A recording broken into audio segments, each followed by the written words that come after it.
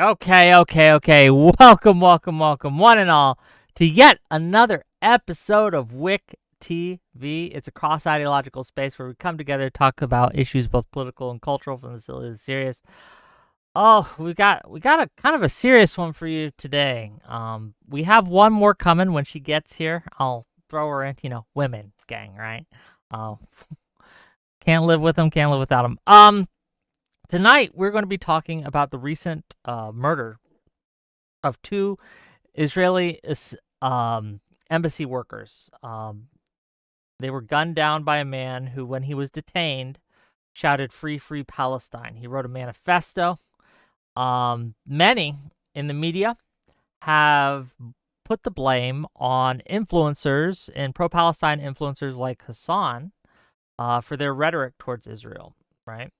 The question for tonight is how responsible, if at all, people like Hassan and Rhetoric from the Pro Palestine movement, globalize, intifada, all that, how much of that is responsible for the other day's murder? Do we hold them and their rhetoric to be at all a causal factor in this terrible incident? Why or why not? Is stochastic terrorism even a real thing? We're going to get to it. We're going to talk about it. But first, I'm going to let each of these lovely, lovely individuals tell you who they are, what they do, and, what their initial thoughts are. We're going to start with Chairman Shenandoah. Go ahead. Give us what you got. Yes, that's me. My name's Chairman Shenandoah. I stream on Twitch and YouTube. Oh, I actually don't stream on YouTube, but I am setting up my YouTube. And my opening statement is pretty damn simple. I do think stochastic terrorism is a thing, but by definition, it is kind of hard to definitively prove or not prove because it includes plausible deniability as a part of that definition. But, however, I think if we're using a more likely than not standard, I would say the very radical elements of the pro-Palestinian faction on the internet, like Hassan and so on, essentially did commit a stochastic terrorism here. And that's a really, really, really bad thing. I think I've seen so many clips where Hassan is denying it, calling it a red flag. People like Bad Empanada encouraging people to go out and kill. Noah Samson doing similar things. And honestly, I can't say that the people who say that by any means necessary are not in some way responsible for somebody going out and doing any means necessary. So that's essentially my opening statement. Thank you. Okay, we'll get into it as we go. Next up, Sociologic Ali. What do you have for us? What are your thoughts? Go ahead. Yeah, this whole situation has been fucked. I've seen the rhetoric of this of everyone of both sides go crazy for the past 2 years and beyond. I mean, this isn't a 2-year incident. These people have been at odds with each other for forever. And I'm talking about the people who are watching, the peanut gallery that gets to sit in America and kind of say whatever the fuck they want and kind of not deal with any of the consequences of the actual situation that's happening. My issue with labeling these things as stochastic terrorism is that I think it's going to be way too wide of like like right now it's being said that Free Palestine is essentially Hail Hitler, right? And so it's like if we're going to call what Hassan and influencers are doing as stochastic terrorism, then that's going to have to relate to, I would assume, the protesters. I would assume the people who tweeted these things. I would assume anyone who tweeted, like if we are going to relate, Hail Hitler to Free Palestine, then anyone who tweeted Free Palestine or so on and so forth is going to end up being examined in a time where we're deporting people for their speech. I think this is a rhetoric that we shouldn't. I'm stuck between a rock and a hard place because it's like I don't know if we should go around calling and labeling people terrorists, but also I don't know if I'm not okay with vigilante justice in order to achieve a cause, which I think it hurts that cause. Okay. Well, thank you for being here. We'll get into it as we go. And last, but certainly not least, been a bit, but we're welcome to have you back. Irrelevant. Go ahead, buddy. Hi. Yeah, so I'm Irrelevant, relevant on all the platforms. I am of the opinion that this is a form of stochastic terrorism. I do want to disassociate because social logic brought up something really important, which is the people who say things like free Palestine are being conflated as being like pro-terrorist or terrorists themselves. I think that's wildly ridiculous. And I think what the Trump administration is doing, labeling those people and going after and targeting those people is wildly, it's just anti-First Amendment. It's one of the least American things you can possibly do. And it's obviously immoral, even beyond being un-American. But I do think that there is a line that we have to draw when we have rhetoric that's like, you know, what Noah Sampson said, which is peaceful protest isn't really doing much, so we have to escalate. When you look at Hassan literally saying that like the things that the Houthis are doing inside of the Red Sea is justified, it's morally justified. When he's talking, when you look at his coverage of this situation, it seems like he has 100 times more heat for the people going their response to this attack than like how this attack is not something that's going to help their movement at all. In fact, it's been obviously used to trash on pro-Palestinian people, will almost certainly be deployed by the Trump administration and likewise to be able to crack down even harder on pro-Palestinian speech. This serves, I think, nobody really but those conservatives who are trying to make it out that free Palestine is a terrorist chant, which is just not. Okay. I don't know where Tally is, so unfortunately, we're gonna have a little bit of an imbalance here, but that's okay. I will step in and do what I need to do. Okay, gang. Yeah, I think that yes, it is very important to kind of differentiate between the people who are pro-Palestine, who are advocating for example, defunding from Israel and things like that, boycotting Israel. That is a far, far different person than someone who, as you said, is calling for the bring the war home, or right, globalize the intifada, and all these things. And I think that there is a very real danger in conflating the two. Though I guess for those, so a few of you have said that you believe in stochastic terrorism. Can you give me the difference between stochastic terrorism and journalism? And let me tell you what I mean. So if I go and I report on the situation in Gaza, and I report on the atrocities that are happening there, I report on the body count, I report on who's doing what, and I report accurately. And I put that report out and I say, I condemn Israel for what it's doing here. Someone should stop Israel.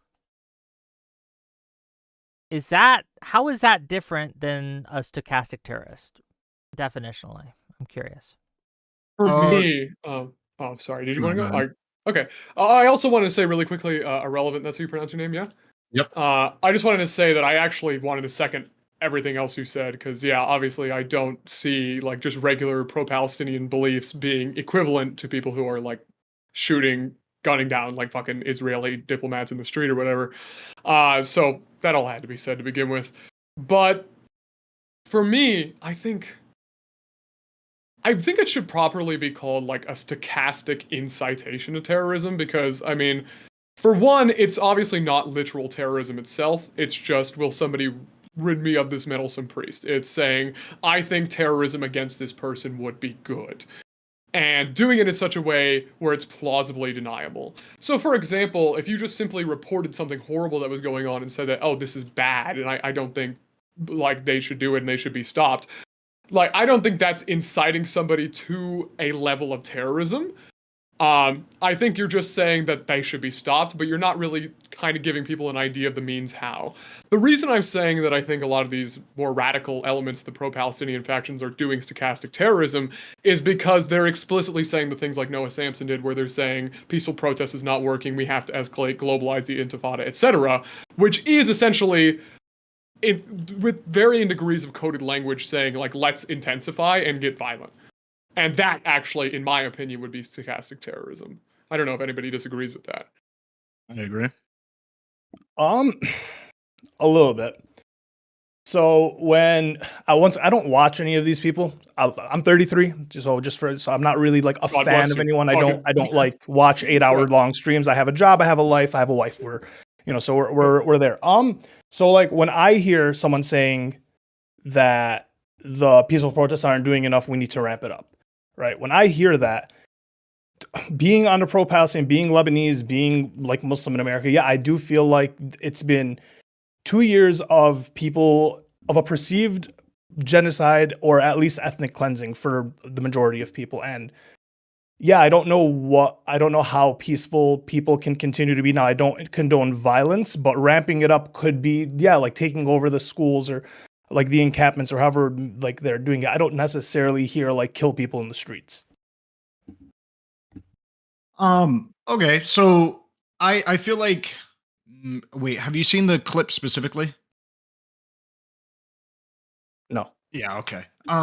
Because and just to be clear, I believe you said no. Yeah, I did. I said no.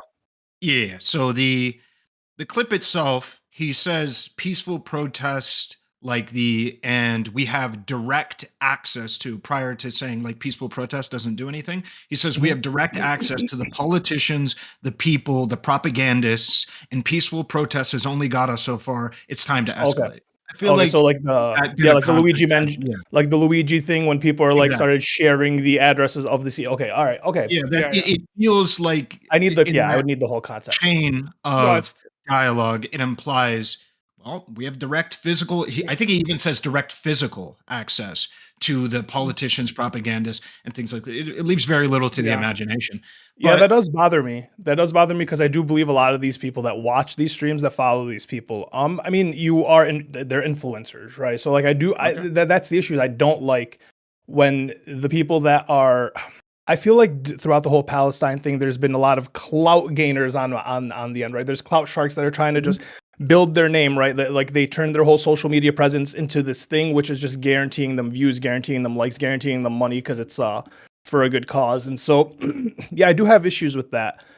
Once again, it's just if we're gonna the problem for me is labeling it as terrorism is going to be that like what's like the gap between them and like a person who got like a really viral tweet that tweeted like something like that, right? Like Free Palestine or like, hey, we need to ramp up the protests. That's kind of so like my issue. for me, the difference would be like how sustained it is. I would differentiate between these types of content or this speech and like somebody who just like works at Subway and then they maybe made like a kind of a very charged comment in passing. The problem is it's rather consistent with their coverage and how they do this is that like when horrible things happen to certain groups that align with their the message that they're trying to push, which is that let's ignore some really big issues or loss of life or tragic things happening, but let's pay attention to this other group.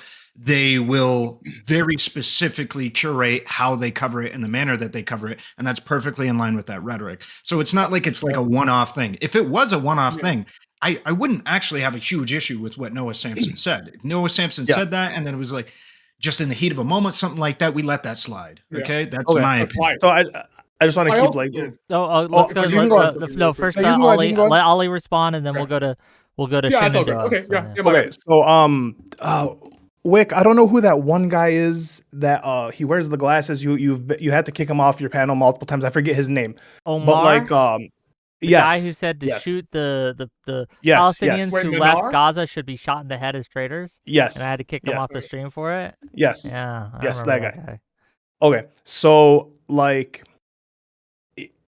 once again, when we're going to be my issue is the label of terrorism, right? This is something I'm concerned with. So is the size of the creator, the influencer, going to matter? Is it just going to be how often they spew that kind of rhetoric? Because like someone like Omar has a following, right? He isn't in like micro influencer, if you want to call it that, but he has that same rhetoric, right? He has like a history of that rhetoric. Or like Bad Empanada has like 80,000 something subscribers, right? Like, do we then are we going to that once again, like is the size of the content creators following going to come into play? Not so much. As well as for instance, the guy who actually shot the people is an actual terrorist, and he I don't think has any influencer status. So it's definitely like, no, it's not the size of you. He's not like a super big Twitch streamer or anything, but he's definitely a terrorist.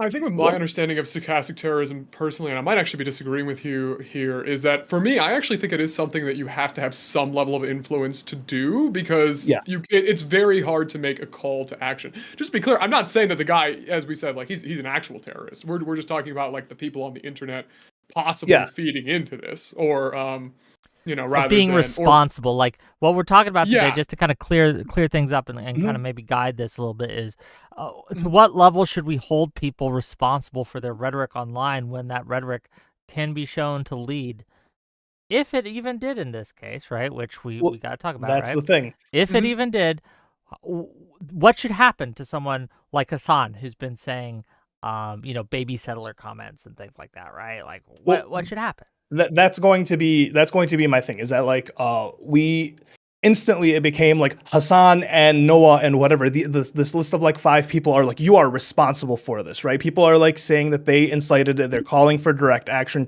to these people. We don't know if this is the person that they were following or that they got influence from. It could be a smaller creator that we don't know about, right? That these just happen to be the prominent creators, which is like that's like the thing, is like we're labeling these people as stochastic terrorists, and like we're saying it's their rhetoric, and so it's like I just don't know if like we should be going willy-nilly with that. Well, that's kind of the whole thing about stochastic And terrorism. just real is, quick, like, the reason I'm using Hassan as an example is because the Anti-Defamation League specifically name dropped Hassan. I don't know if you all saw that. Yeah. Right? When talking about this, when they were talking about the incident, they specifically said influencers like Hassan, Piker, right. and things like that. So I mean, he is kind of like the that's what golden we're child, like the going poster with, boy of but this yeah, stuff. I Yeah, I just don't know what that means. Influencers like Hassan Piker could mean anything. You could Right. have 10,000 followers, you could have 1 million followers. Like, I mean, I think this is sort of like the nature of stochastic terrorism, where it's like, because it includes plausible deniability within itself, like it's not a direct incitation to violence. Like it's just like an influencer putting out like, hey, we should become more violent in generally coded language, and then other people saying, and then kind of picking that up because they turned up the temperature on the discourse, and other people basically following through on what they agreed with in that discourse. And yeah, I think that that's a problem. I mean, obviously, is he as responsible as this guy? Fucking no way. I mean, like, this guy is at least like 98% responsible for what happened.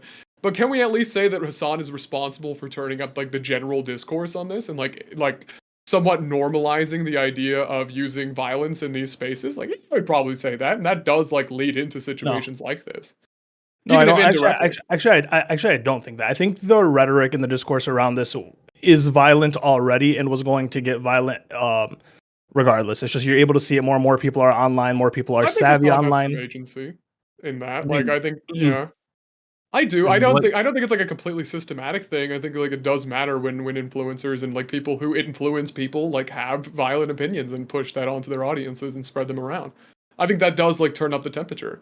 I think he's feeding in. See, my thing is, I think he's just feeding into his echo chamber, right? I think there's an audience capture to this, and if you're kind of agreeing with like your audience in this, the rhetoric around this discussion has only been in everyone's face, like as of the past 2 years, but like as someone who's been part of this thing for like a while, the rhetoric around this has always been kind of bad, right? Because like you do have. Once again, it's people who believe it's you. Once again, in America, we think Hamas is the terrorist, but like in the Middle East, it's like Hamas and Israel would be the terrorists. And so like the rhetoric around in the discourse, the rhetoric around this has always been kind of amped up and rough. And the only reason it's gotten more is just because like once again, people do feel like the protests aren't working. Sure, and I feel like just because the rhetoric is bad, it's not an excuse to continue that behavior, right? So in this instance, right, we can all agree that there's been insane rhetoric from the like pro-Israel side. I'm going to say pro-Israel side because I don't think it's pro-Israel to go as far as some of these people are going with this rhetoric. I think it just furthers the conflict, right? Where we have like there was that congressman or whatever that like I'm going to use the word implied, but almost explicitly said that, you know, nuking Gaza would be all right, and that was just like what, like yesterday. And so like just because that exists, that inflammatory rhetoric, and that guy isn't like chased out of Congress, which is insane that he wasn't. But because that exists, that's not an excuse for like anybody who considers themselves to be pro-Israel to like do that, right? I think I can hold people to a standard that while there is violent rhetoric, that doesn't mean that you should be engaging in violent rhetoric. I sort of feel like we're basically depriving Hassan of like his power and agency, because it's like, first off, yeah, he has the choice to not say that kind of stuff. He could just not. And then also at the same time, like he's an influencer. He influences people as a job. Like he does he directs discourse a lot. You know, when Joe Rogan says something, it could become a huge conversation, and that has an impact on the real world. Maybe is there legal recourse to being like a stochastic terrorist? Maybe I'm like thinking like you're labeling someone as a terrorist, this person's going to be jailed, so on and so forth. Maybe that's like stochastic terrorism is explicitly avoiding the legal boundaries of what you're allowed to say in support of terrorism. So to be clear, under Trump's America, who the fuck knows? Okay, that would be the issue, is that labeling him a stochastic terrorist could have him targeted by the Trump administration, who frankly doesn't care about the laws that is legal. Which, I mean, I can just say that, you know, obviously I don't believe that he should be arrested for anything that he said. I don't think he said anything illegal, to my knowledge, nor do I really think he would say anything illegal. So I don't think Hassan's an imminent threat to public safety in any real way. I mean, also, to be honest, Hassan is the only fucking person who would make, like, Trump is the only fucking person that I would fucking side with Hassan with against. Like, fucking unironically, Trump is just that bad. Like, if they try to throw Trump in prison for stochastic terrorism, I'd be like, fuck it, he did nothing. Like, free my boy, you know? Yeah, exactly. There's no way. So, you know, this is going to feel a little forced, but Shenandoah, you kind of hid something from me, and not intentionally. I know, not intentionally, but I'm still low-key mad at you that you hid this from me, because it's by far the most interesting thing about you. So you used to be an ex-child terrorist, right? That is true, yes. I grew up in a Maoist militant group from the ages of 9 to 18 that wanted to wage a revolutionary war against the United States government and train me to do so. Yes, that is correct. Is that real? Yeah, that is real, yes. I looked sent it up. him the links and everything. I forgot to tell him. I just like it. I talk about it so much. I just assumed I told him. You just did cultural appropriation on me, really? I know I did. I'm sorry. Yeah, I didn't mean to do that to you. I just did not. I just did not know. So I guess I'll just ask you: did your group ever engage in any kind of stochastic kind of behavior? Like, that doesn't sound stochastic. It sounds like you were just it was kind of explicit. Right? Like it was, I don't think it was very stochastic. Because like the group did like arson attacks and like mutilated people and so on and all those terrible things. I don't think we ever killed anybody, to my knowledge. But yeah, no, I don't think there was much stochastic terrorism. I think they were like very, very explicit about it. Like that they just wanted to like kill these people. Like just straight up. But they were also quite small, so I don't even know if they really had a position to like be stochastic terrorists. To be honest. Yeah, I researched this a little bit and I looked into it, and dude's still walking free as far as I can tell, right? I know, it's a bad thing. Why do you think I don't go by my real name on Twitch? Yeah, I mean and the dude like looks about what you would expect for a Maoist cult leader. Like exactly like if you picture it in your mind and you looked at the picture, it would be the same thing, down to the tattoos and everything. It's crazy. But I just was curious if you had any kind of like insight or special insight into kind of like the workings of I will say, okay, the one I can give on this, and I'm sorry for not having too much on this panel, because again, it was mostly explicit. It was very rarely hidden. But we did have front organizations which were less directly, explicitly communist and so on. And in these organizations, we would sort of use like stochastic messaging, because we would intentionally know like, hey, we want these to be essentially legal, and we don't want them to get shut down. And we also don't want other people to get freaked out by what we want to do. And so, yeah, we would essentially like message to these organizations and say like, the fury unleashed at BLM is just like a proper and complete response, and like more of it is good, but without being like, yeah, you should like go kill people and like burn down more stuff or something, you know? That's just like the last stuff I remember when I was part of them. So I hope that helps. in some way. One day we're gonna have to have a sit down and talk about your experience because Okay. I would love Sorry. and I don't want to distract too much. I from didn't mean to blue ball you. I really... don't mean to distract too much from the topic at hand, but it's not every day you meet an ex-child terrorist. Okay, it's just not. So I really am curious. But back to the matter at hand. Go ahead. Sorry about that. So obviously we've seen anti-Semitism as a ramp up. I'm just trying to get my footing as what we would consider. So like obviously we've seen anti-Semitism ramp up. I've personally seen over the past 5 years Islamophobia is at a pretty high. This isn't a virtue signal, it's just like to figure it out. So like when erudite's having a conversation with apostate prophet, and the conversations are always around like if Islam or Muslims can be harmonious with the West, and people are calling for their bans, or they're talking about how they can't fit in the West. These people are, their whole goal is to take over. So you're painting this narrative of like a group of people, like which, inciting violence or hate towards a group of people would be in the stochastic terrorist. Do we consider that like kind of breeding that type of hatred as stochastic terrorism as well, or no? Can I politely ask you to restate? I'm sorry?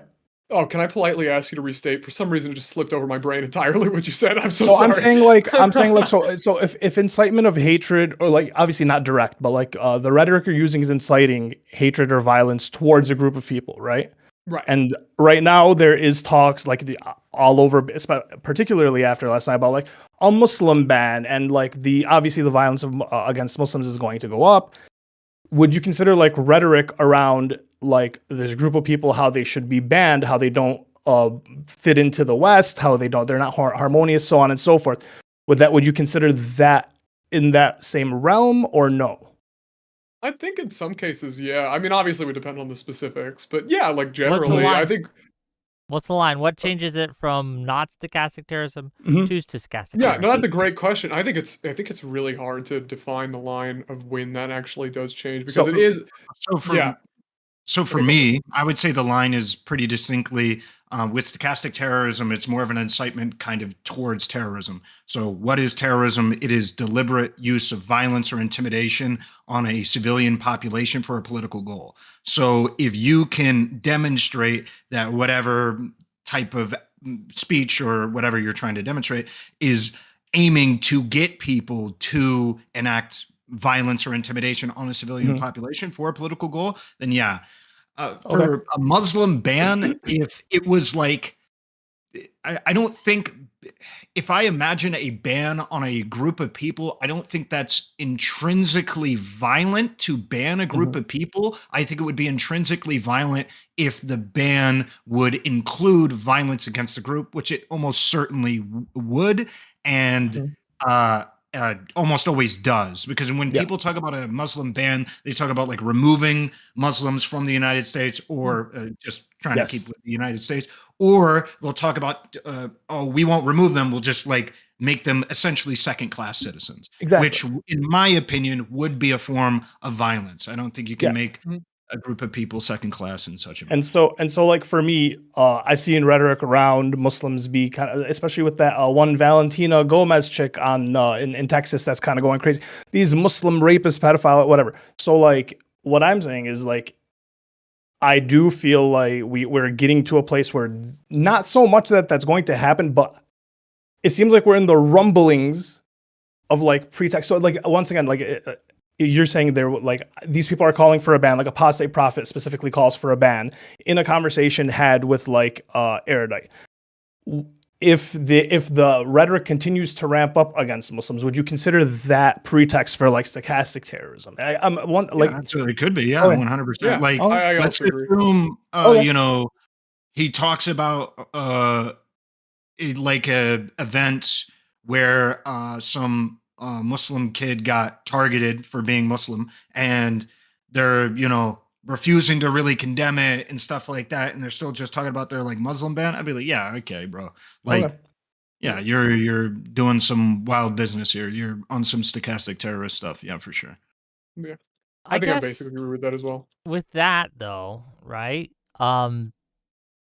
this is my problem with the whole stochastic terrorism thing, is I think sometimes you should call out bad behavior, you should be explicit about that bad behavior, and you should call for it to be stopped. So, for example, I don't think it would be stochastic terrorism, for example, if I said, hey, Tim Pool's getting money from the Russian government to spread propaganda that's harmful to Ukraine, that's meant to influence people to abandon Ukraine and be pro-Russian, and someone should probably stop him from doing that. Right. If I said that, and then heaven forbids, and I'm being serious, don't do this, right? Someone went out and hurt Tim Pool, I wouldn't feel responsible for doing that. I wouldn't feel any responsibility for that happening, because what I said was simply true, right? What I said, even though I wanted someone to stop him, I wasn't calling for violence, right? But it could be interpreted, and if you wanted to, you could paint that as a form of stochastic terrorism, saying, look, he named the bad thing he's doing, he blew it out of proportion, if you think I blew it out of proportion, and you called for action, to someone should stop him. What do you think that meant? Everyone knows what that means, right? And they'll do this game. And that's why I don't find stochastic terrorism useful as a thing. It's just so easy to misuse. I'll kind of separate it in my mind. Is usually when I would call something stochastic terrorism, it's where either the most reasonable interpretation or one of the most reasonable interpretations, but it's like right there on the cusp, is the incitement to violence. So in the case that you gave, there's a million different things that I would sooner believe. Not even lacking good faith, there's a million things that I would sooner believe rather than you arguing that there should be violence enacted towards that person. But when we're talking about when I'm referencing, it'd be like more of the Noah Samson thing, where there's the most reasonable interpretation based on Noah Samson's words is to do violence. That's And all the against previous What would context be as the okay? So like we label him a stochastic terrorist. What's like the outcome? Because like the people who so support him are going to support him, right? Yeah, so Of the outcome course. would be to point out that the rhetoric is going too far and it might be having real world consequences on the discourse as a whole. I personally wouldn't blame Noah Samson or Hassan for like the shooting. I would say that they're responsible for the rhetoric ecosystem that probably had an effect on the shooting. That's what I would say. That the Yeah, no, yeah. ecosystem where, Yeah. hey, because also in that ecosystem is if you do not make these incredibly large, verbose, near calls to violence, you are a part of the genocide. You are perpetuating the genocide if you do not make these very large comments. We have several Fair. different instances of them saying as much. And like that's obviously going to lead people down a very specific path. Well, I'm just saying because there's no legal recourse, right? What I would imagine would happen is you would call not you specifically, but like on the online, they would call them stochastic terrorists, right? They would label them stochastic terrorists. Fine. You label the chat engaging in stochastic terrorism as well. Fine. But then all that's going to do is embolden them and be like, oh, so even like you're just limiting our free speech. All we're doing is saying speech. That's just going to embolden, right? Or am I wrong? Like, I just don't know what the outcome would be. Ultimately speaking, I would say that in what I would ultimately advocate for is for platforms to not allow this type of speech, unless they're allowing it on both sides. Effectively, you would have to allow horrible speech from like pro-Trump fascist groups on your platform, which I do not want in any way, shape, or form. Or you would have to crack down on this type of speech. And The I issue would is I would ultimately want that to be the case. But the issue with that is that like if we do that, it's gonna just crack down everywhere. Whereas like right now we're giving the platforms the ability to choose what speech they want to limit versus us making like a law saying, hey, this type of speech shouldn't be allowed on platforms, right? Like the outcome would advocate for a law. But I wouldn't advocate for a law, but the platforms being able to decide which speech they want, they've already decided, right? Like you are just straight up factually not allowed to say many of the things that Hassan says about Israel for a pro-Palestinian side, or sorry, You're not allowed to say the stuff that Hassan has said about Israel, about Palestine on Twitch. Okay. You can't do it. That was examples of that was like Asman's ban, other bans by other people. Like you are not allowed to make this speech, which I'm fine with. Like, you know what, like Asman said, like, hey, you know, that's a little crazy, bad. a little bad. You know, Okay. and so yeah. No, Good. Oh, okay. I was gonna ask, why do you think it's Hassan? Because I don't think is he even their biggest streamer? Like, isn't Kai and Speed and all of them people like their Hassan's actual the biggest political streamer, by yeah, like, but pretty wide margin. But a lot of these other people still get banned, even if they're big. Like they're bigger than him. Why does it? Do you think like him being a politics streamer matters specifically? Well, that's why they don't ban him or whatever. Because he's saying that he's violating the rules that already exist on these platforms, and then he's not getting banned for them. Yeah. Why do you think that is? I'm wondering. Political speech. Why do I think he's not getting banned? Yes. Why do you think that is? Do you think it's like he has a special relationship, or like what is it? There's either a special relationship, or something to the effect that, but ultimately speaking, Israeli speech, and I would argue even some anti-Jewish speech, is just not policed as hard on Twitch as anti-Palestinian speech on Twitch specifically. And you think that's like due to like Hassan, or do you think that's due to like do you think it's for Hassan, like to allow it, or do you think that Dan Clancy or whatever, the owner of the CEO of Twitch, is like he's just okay with it? Oh, he's definitely okay with it because it's been brought to his attention. So, and the buck stops with him. Okay. So he is ultimately in some fashion okay with it. But ultimately speaking, I don't know exactly why they're okay with it, but I know that they are because they could ban him if they wanted to. And they have banned some of the speech after significant pressure from external sources. So like we know it's possible and that they see it. They just don't care enough to do anything about it.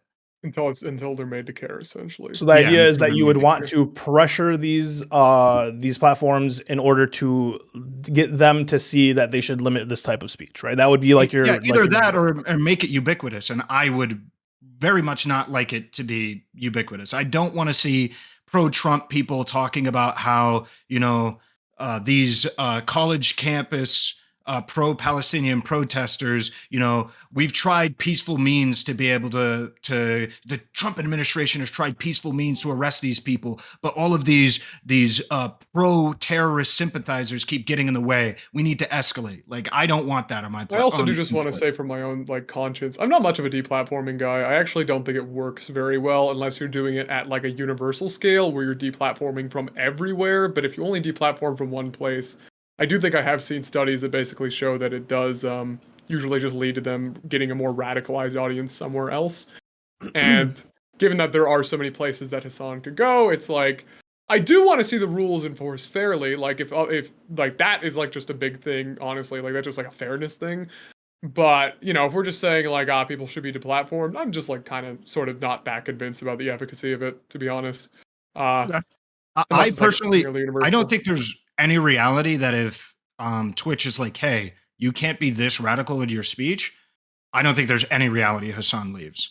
I think he has too big of a presence on Twitch. It's if they say like you can't talk about politics, he's definitely gone. But like there's people that are talking about how they're going to ban all of politics on Twitch. If they do something like that, he's definitely obviously not going to be on the platform. How would you even ban all political talk? That would be insane, right? Yeah. Yeah, finally a Twitch free of politics. It's like fucking Rainbow World like that. Actually, I would take one for the team and accept it. But like, I wanted to bring in another pro Palestine voice here for this and get Doobie in. He was in chat and he had some things to say. Doobie, you're here. Okay, now's your time to shine, buddy. Hello. Do you want the frog? If not, it's up to you. Whatever you want. Frog, buddy. me. I want the frog. Okay, okay, give me a minute. So first off, I think that I don't know where you guys are getting this idea that you can say things about Jewish people on Twitch that you can't say about Muslims, because I've heard some wild shit about Muslims on Twitch, and no bans, no consequences, nothing.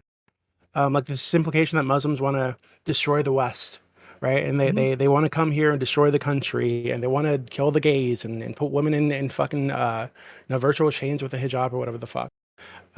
Whereas Osmongold, what he said about Palestinians wasn't just criticism of their position, it was that it was fine for them to be genocided. He was justifying what he himself called a genocide. So I think that's way beyond, the criticism that you typically hear about Israel on Twitch. Okay, so just for the first part of what you said there, that there's a lot of anti-Muslim speech on Twitch that isn't cracked down on. Is there? I don't disagree that there probably is from like small streamers, but can you give me instances of this happening by very, very large content creators going unpunished? Um, I Because that's the think that primary point. Obviously, we can Didn't find like Destiny two say viewer streamers. that Go the ahead. Palestinians should just leave? And I mean, Well, tons of Destiny people ain't have on just called for the Twitch, Palestinians to go. unfortunately. This is not on So- Twitch. YouTube. You Okay, sorry. can't You're true. Yeah. But I Wait, mean, so I'm you- just saying. We were talking yeah. about Twitch specifically. To be clear, if we're Well, talking you're about other talking about platforms, wanting this that rule does speech not limited exist. in general because you believe it incites violence. So, I mean, technically, it shouldn't just be limited to like only on Twitch. You want it, like, you're being specific to like this type of incitement to violence, but like it should be overall, right? It should be all forms of stochastic terrorism should be banned on these platforms. Not Wait, hold on. necessarily. Can you give me like Not necessarily. As I said before, if you want this type of stuff on your platform, that's fine. You just need to have it open on both sides. I will argue against it, morally speaking. Oh, okay. Like, you should not be saying this about any of these groups, but like, at least be consistent in your enforcement of these rules. Like that would be my so argument. irrelevant. Can you give me like, because I'm trying to think about like large Twitch streamers that have said anything even close to what Asmongold said about Palestinians about Israelis. Like I've never heard a large Twitch streamer justify the genocide side of Israelis. Like, so Justify the genocide of Israelis? yeah, because Asmongold was justifying the genocide of Palestinians. That's why he got banned. Yeah, he was justifying it on the basis that he believed that the culture of the group was genocidal in its nature, which is obviously ignorant. But so a comparable thing for me, if you take, so on its merits, if you take Asmongold's comment, it was that he was talking specifically about, if depends on how you take it, if you take it from a good faith standpoint, like being generous to him versus like just what he said. But if you take a good faith reading of what he said, what he was saying was that a group of people that are genocidal against the Israelis or the Jews in the region has, in his view, genocide baked into their culture because they've elected a terrorist group to the head of their government. They from his purview, I literally don't know how Palestinians treat women. I don't know what women's rights are in Palestine, but he seems to be, at the very least, just imposing what I imagine is probably his interpretation of how Muslims treat women on that. And he's saying this type of attitude is one that is so morally egregious that why should I care when people do morally egregious things to them if they're willing to do morally egregious things to other people? Right. So I would compare that to Hassan's consistent and prolific denial of rapes that happened on October 7th. After October 7th, when presented with evidence, his literal show me the pictures of this happening, his laughing at women getting raped, literally laughing at their trials and them testifying. I would say like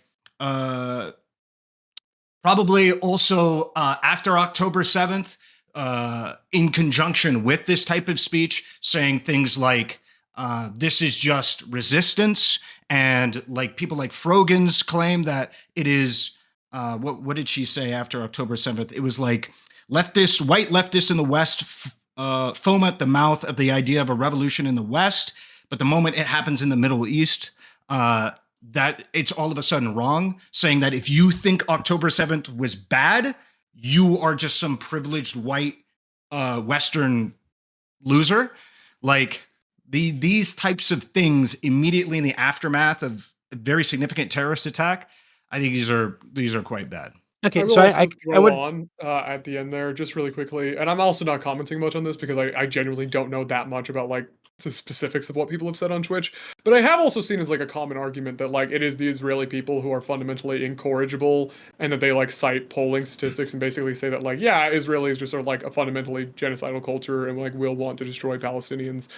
Like they'll make like kind of analogous arguments to the one that you said Asmongold made, and I have seen them, but I just don't have that much to say on this. Unfortunately, I don't know a lot about these people. okay. So I think I remember everything you said. So I'll address the Shenandoah thing really quickly because I think that's like a very simple thing to address. So when they do that, they're typically citing polls, right? Like polls taken of Israelis who, for example, there was a poll that asked Israelis if it would be immoral to ethnically cleanse Gaza, right? And a very small amount, I think it was like less than 10%, said it would be immoral to do this, right? Then there was another poll asking if Israel's gone too far in its response, right? After tens of thousands of civilians have died, and they said, and the vast majority said no, they should go further. Right? There's a poll in like 2016 asking if Arabs, including Israeli Arabs, should be expelled from the region. I think almost half or a little over half said yes, right? So I think this is what they're talking about when they say, hey, there's something wrong with the culture there, that there's like an ethno-supremacist bent to the culture. Which you can say is generated from like trauma or whatever over like decades of like conflict with this group of people right next to them, which I think I'd agree with.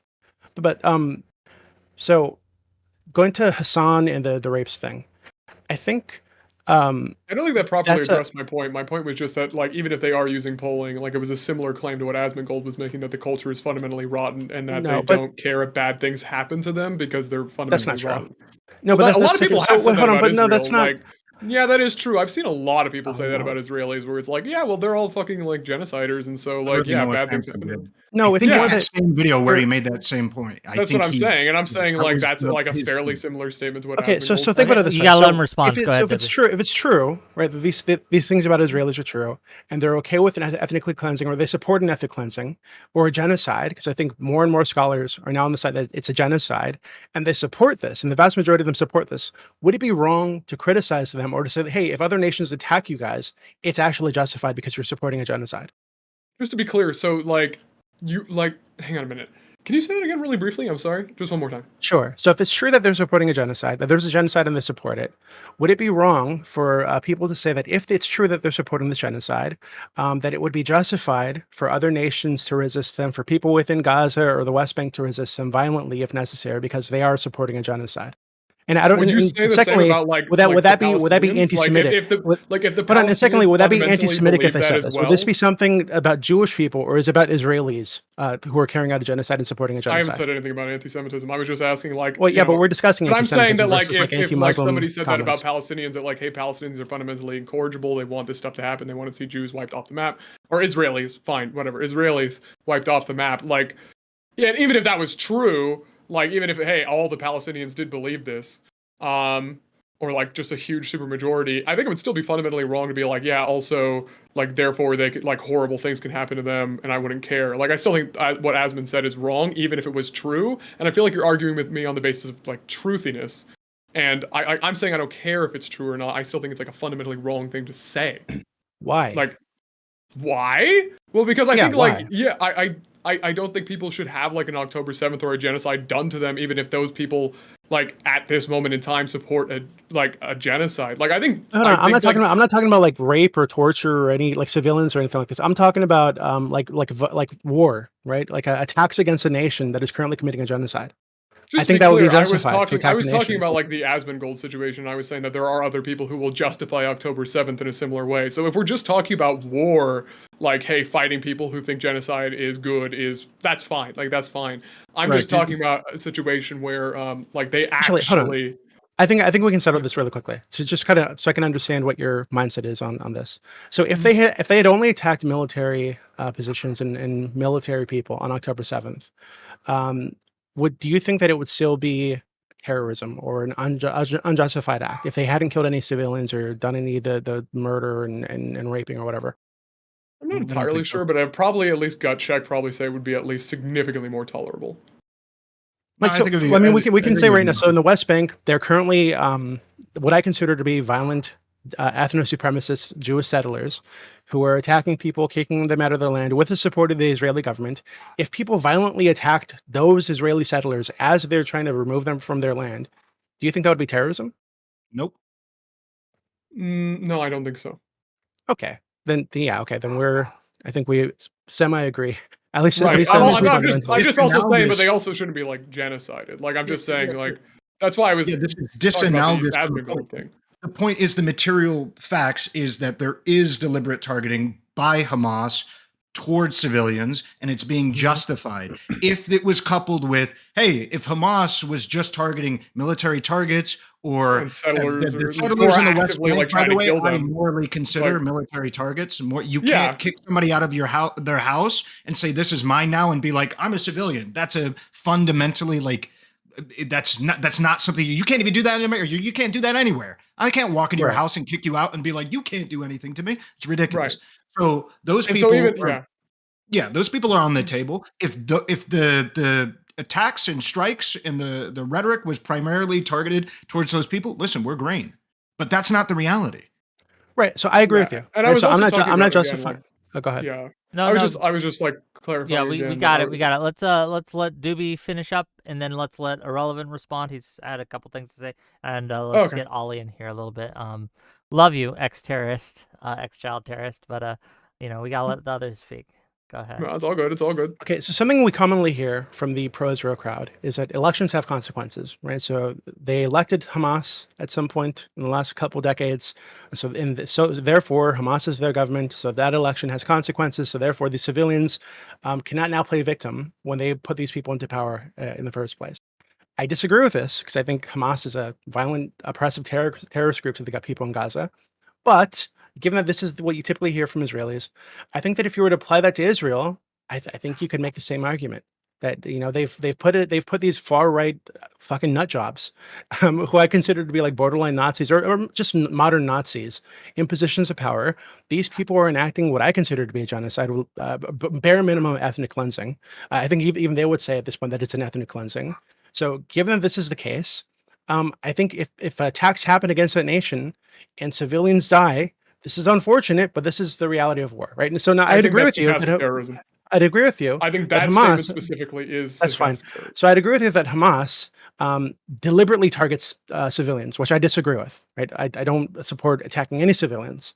But given the reality of the situation, not just on October 7th, but October 6th and every day prior, Israel has also killed many thousands of civilians, right? That they have a whole AI system that allows them to target civilian infrastructure that they know Hamas isn't in to put pressure on the civilian population, quote unquote.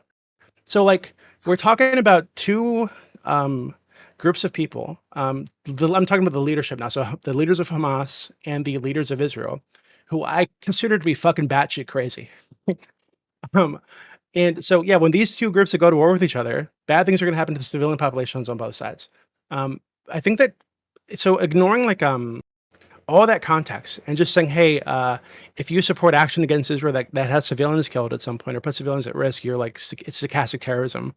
Like I think you're just missing so much context. I mean, this is just like the reality of war, right? I mean, we hear this from Israelis all the time. So I didn't say that, and I don't think many people I know have said that, because if we're talking about like Hamas, let's talk about October 7th. If Hamas fired rockets at military structures and then civilians got killed, by international law and by any normal person who would understand how that works, Right. that's just a casualty of war. That's the way war works. You can never be entirely precise with your strikes. You can never be entirely precise with any Yeah, we're talking military about situations where civilians are targeted.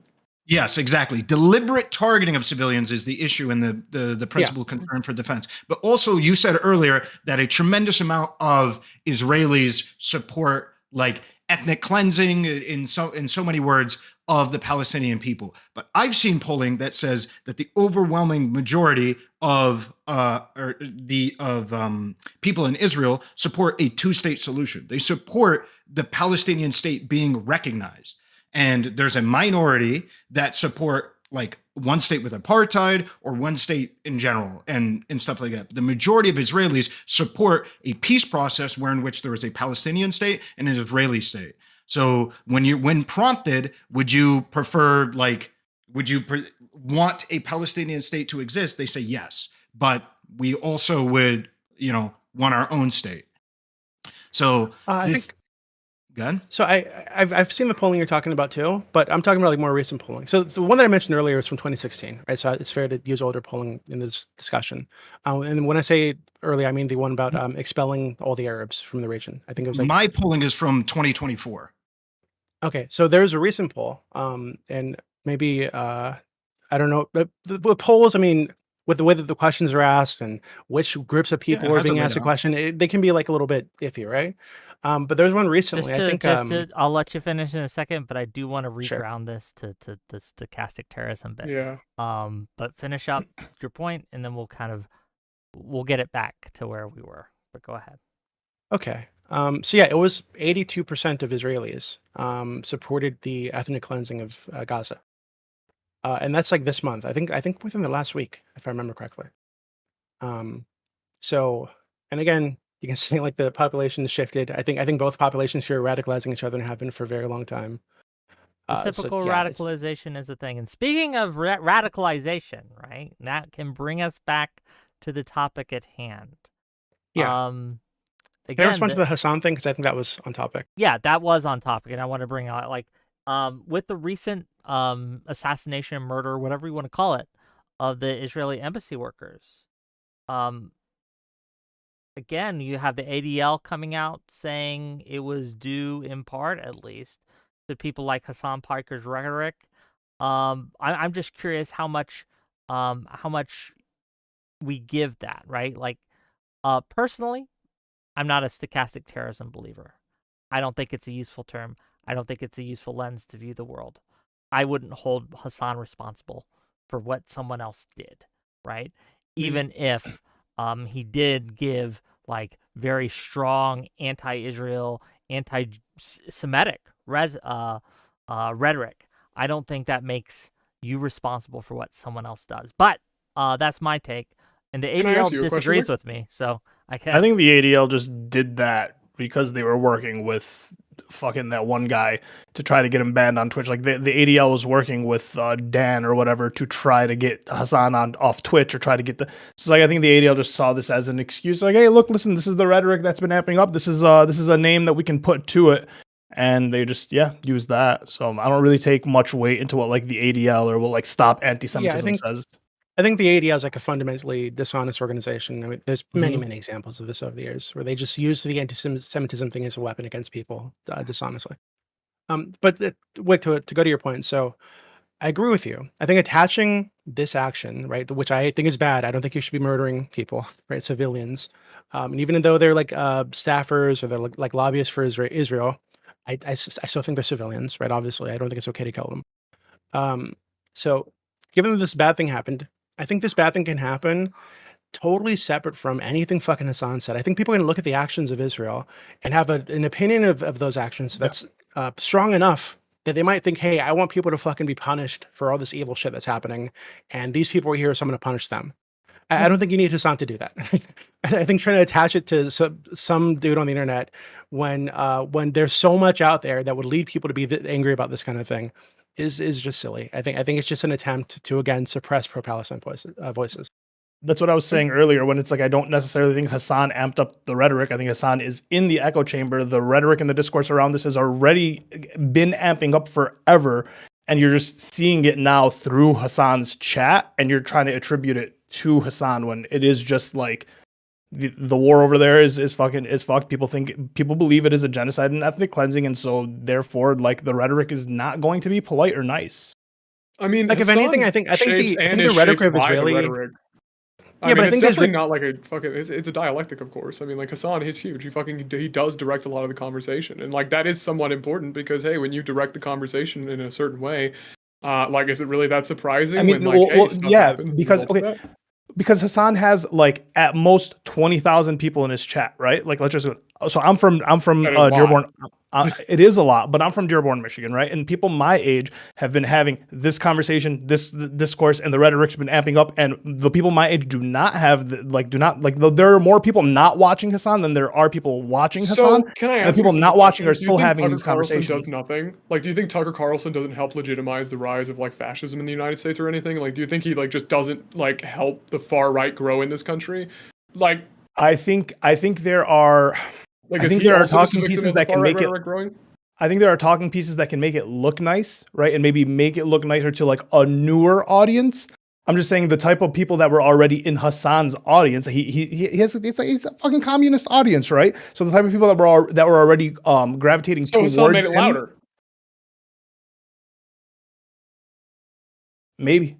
But Yeah, but I think that's but like like it's a good bit. I think even like, so I was gonna talk about this earlier, and I think the point Shenandoah made was a lot more complex of a response than I thought it would be. So we got kind of bogged down in that.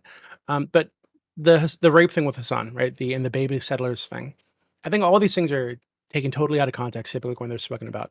He's not. I think he's denied the mass rape narrative because this is used to like demonize and dehumanize Palestinians generally. Which I mean, we have plenty of video of them massacring fucking civilians. I don't think there's any reason to spread this mass rape narrative, right?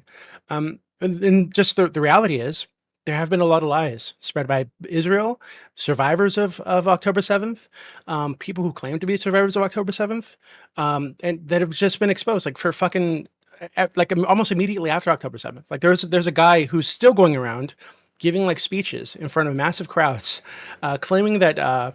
He's got two stories. So story one is he went, and is the reason there's no evidence of like, or direct evidence of rape, or there's not a lot of it, is because he saw these women hanging from trees with like wood shoved up their vaginas and shit like this, and he took them down from the trees and put them on the floor and threw the wood away, et cetera, et cetera. Total nonsense. Okay, everybody knows this is nonsense. Story two is he single-handedly he tells a story about him single-handedly beating 5 guys with fucking machine guns with a pipe, right, to save 2 women from being raped.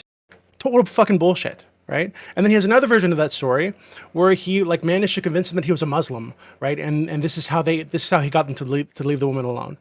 So the guy's just a fucking liar, spreading propaganda, and he's promoted by Israel and is sent all over the world to give speeches. So I think when the government's doing things like this, it makes it very difficult to believe like the mass rape narrative, right? So, but I don't think Hassan has ever denied that rapes did happen. At least some rapes happened, and those rapes are bad. All he's saying is that it doesn't affect the overall context. So some people taking the extra step to rape people doesn't change the reality of the fact that this attack happened not because of Jew hate, but because there's an ethno-state oppressing people for decades. Yeah, I want to give I it gotta to be honest with you, irrelevant. that just feels like rape minimization, but whatever. I want to give it to irrelevant, and I want to give it to Tali, who has decided to grace us with her presence. Welcome, Tali. All right.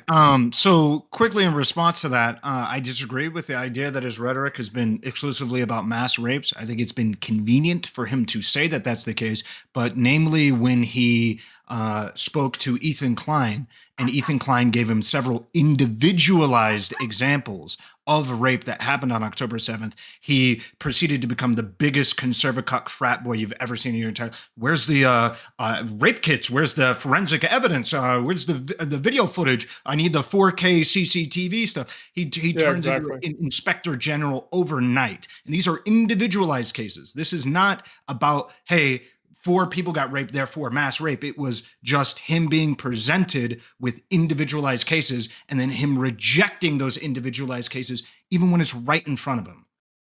Okay, so to be fair, I watched like the beginning of that, but I didn't watch all of it because it was nauseating. So I'm gonna believe what you said entirely. I've never known you to be a liar or to misrepresent things, so I'm gonna believe you, right?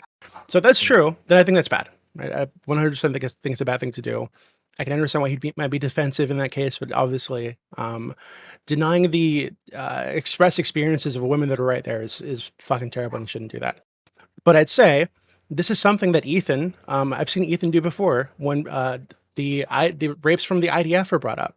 Like thousands of rapes and torture of like women and children and young boys committed by the IDF against detainees before October 7th. There are like massive reports on this.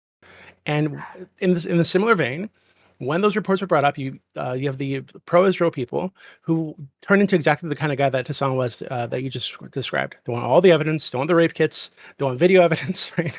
So I think this is just like people being like biased, ideologically biased, and not wanting to accept that their side might do a bad thing.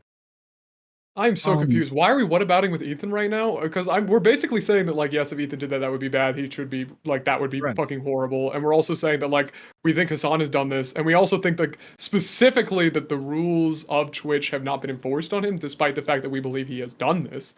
And that's bad. Like, that's... Okay, I'm but unsure, then- like, why... Yeah, bring but it- like Well, I still I'll- haven't, hold on, I still I'll haven't gotten your explain. like your threshold for stochastic terrorism just kind of seems like anyone can fit that pulse. That's kind of my issue. That's kind of why I was asking, like, do you guys consider this? Because like at that point, once again, the conversation with erudite and apostate prophet would be stochastic terrorism. It's against Muslims. They're saying that these people are savages, barbaric. It's a barbaric religion. They're not harmonious with the West. They're a threat to the West. So therefore, we should eliminate them, get them out. That is Yes, the intent. Stochastic incitation so then is what? terrorism. Yeah. A lot of people do it. And it's fucking horrible. Well, so like, then a it lot means of nothing. people... No, What do you mean it means nothing? I don't think it No, I'm means saying it's a nothing. bad very thing that a lot of people do. useful. So when we were talking about rhetoric that incites people to commit terrorist acts, we're talking about rhetoric that it very reasonably will lead somebody. So actually, I'll just. Well, it doesn't say. actually, Wait, if you- it hold doesn't on. say If to you're incite taking that terrorist stance- acts. Let do you agree Irrelevant that- finish just real quick. If Irrelevant, go you're ahead. taking that stance, do you agree that what Noah Sampson said, which is we in the West have direct physical access to politicians, pundits, and propagandists, and peaceful protest does nothing, and we need to escalate? You agree that's totally fine then? Nothing wrong with it. And if it isn't fine, what word do you want to use? Because like this is Wait, the are you common asking word that we me or- use. Is No, it yeah, I'm fine? following up. Like, is it fine? Once again, like, it's not directly saying to do like violence. If someone wants to take that as violence, you can do it, right? You can take that as violence Yep. with the Luigi. But then once again, it's like you said it's specifically a call to terrorism. It's not a call to terrorism. It's a call to hatred and violence, right? So any call to any forms of think hatred or civilians violence are should be then terrorism. considered. I think that could be stochastic fairly terrorism. reasonably interpreted as like a call to terrorism. He's literally saying we have access to these people physically, and also peaceful means are not working, and you know what I mean? Like I feel like We that need could to very escalate. easily be read as like inciting some kind of attack. I was also gonna say, like if Tucker Carlson said that about trans people, like, hey, we know this, we have like fucking Grindr, we can find people like this. Like, what if we just fucking like got him? You know, our peaceful escalate, methods of yeah. trying to convince people not to be gay aren't working. Like, I would probably be like, fuck that guy. That guy's a Yeah, fuck stochastic that guy. terrorist. What the fuck? That's I'm not insane. support. Oh, wait. Yeah. I don't support. Wait. Just that's why I started the conversation with. I don't really follow or support these people. I'm just trying to figure out what your line is for like labeling people as terrorists, right? So what's stochastic or not, right? Because what you are saying is that these people are responsible for the murder, and like you want essentially you're kind of saying like we want nothing to happen to them legally, but you want recourse to happen from Twitch, but we're not We getting want that social recourse from Twitch because it's some Right. guy I know, but it's We some want guy who owns the consistency company. So from it's the like platform. yeah. That's it. Wait, hold on, If- but this if is you why I wanna- brought up. This is why I brought up the thing earlier, because there is consistency. It seems because you said that Hassan has been denying rapes.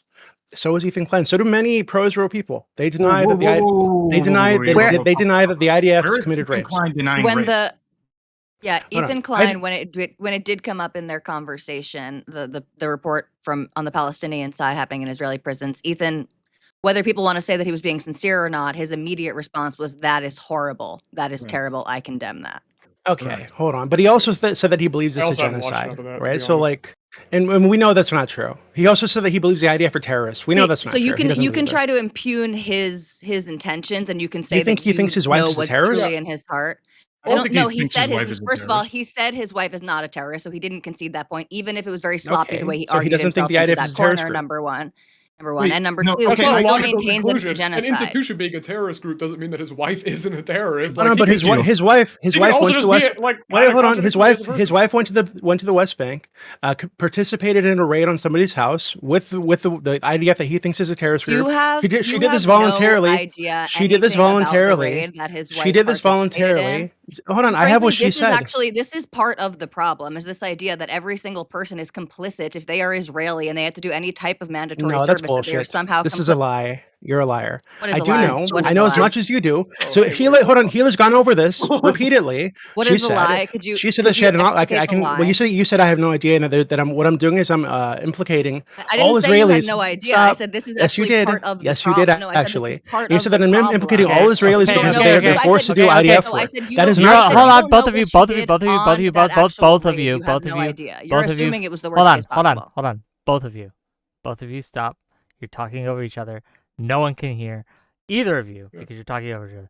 Doobie, reply, and then once you're done, I will let Tali respond, and then we'll get other people in here. I see your hand, Irrelevant. I see you, Also, hi, Tali. Shenandoah. I see you all. So I'm good. Doobie, then having fun. Tali, then Irrelevant, then we'll get everyone else in here. Go ahead. Okay. So my understanding of what happened with Hila is that she had a secretary job, not working directly with Rays or anything like this. She thought it was very boring. She didn't like that she had to get up in the morning, go on a bus, etc. So she wanted to be put somewhere else, right? And she said that if she wasn't able to be assigned somewhere else that she liked, she would just find a way to get out because she knew ways to get out, right? To get out of the mandatory service. So when she was moved to the secretary position in the West Bank, she was like a secretary, like one of the commanders there. She liked that job, right? So she was working directly as support staff for an organization that Ethan considers to be a terrorist group. And then further, she wanted to go on a raid, right? So she asked if she could go on a raid with them. So they went into a terrorist city, quote unquote, which is what Ethan called it. She said so they went to somebody's house. They got somebody out of their house, and she was there as like a tourist on this terrorist raid. Right? So yeah, I think it's totally fine to say that if Ethan considers this to be terrorist activity, and his wife voluntarily participated in that terrorist activity, and she wanted to, and she found it enjoyable, I think we should expect him to think his wife is a terrorist. You expect a man to think his fucking wife's a terrist? Yeah, I mean, if with he the thinks logic that if laid it's a out. terrorist Never group, sleep with her again? okay, hold on. So if he thinks ISIS is a terrorist group and his wife is part of ISIS, yeah, I think it's fine to say that his wife is a fucking. I think you're just applying this different standard that even Ethan claims he's not putting on the IDF. Ethan says that the IDF is a terrorist group. So why the fuck wouldn't his wife be a terrorist if she's I mean, I'm just volunteering saying I don't volunteering to believe assist a that, terrorist like, group? an average Mandatory person service. not She being a was hypocrite 18 years here, old. even if you're She right. was literally matter incredibly if young. she's A lot of people make Sh- mistakes or have a change of opinion over the course of many different years since they're 18. You're very young, practically a kid. And she did not, you're using participate as though she kicked in the door. She sat in the fucking car, dude.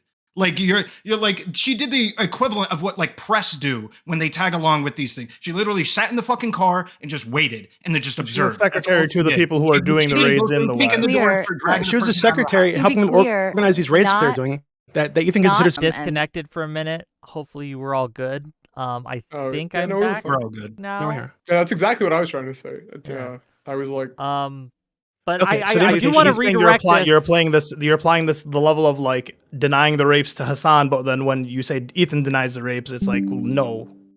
Ethan didn't like the- deny the Hold on. rape. Ethan Hold never on. denied One the Well, second. rape. that was One his second. point. I Wait, didn't- hold on. So you asked me a question. Sure. You asked me why It's it like a matters, reasonable right? hypocrisy. So the reason I brought this up is because I'm telling you that I think Ethan is lying when he says that he thinks the IDF is a terrorist group. He's Sure, lying but when he what does says that it's a have to do with- genocide. He's lying about all this bullshit. So like, I mean, I did watch this conversation with Sam Cedar where he immediately like agreed to all the bad things Israel does, right?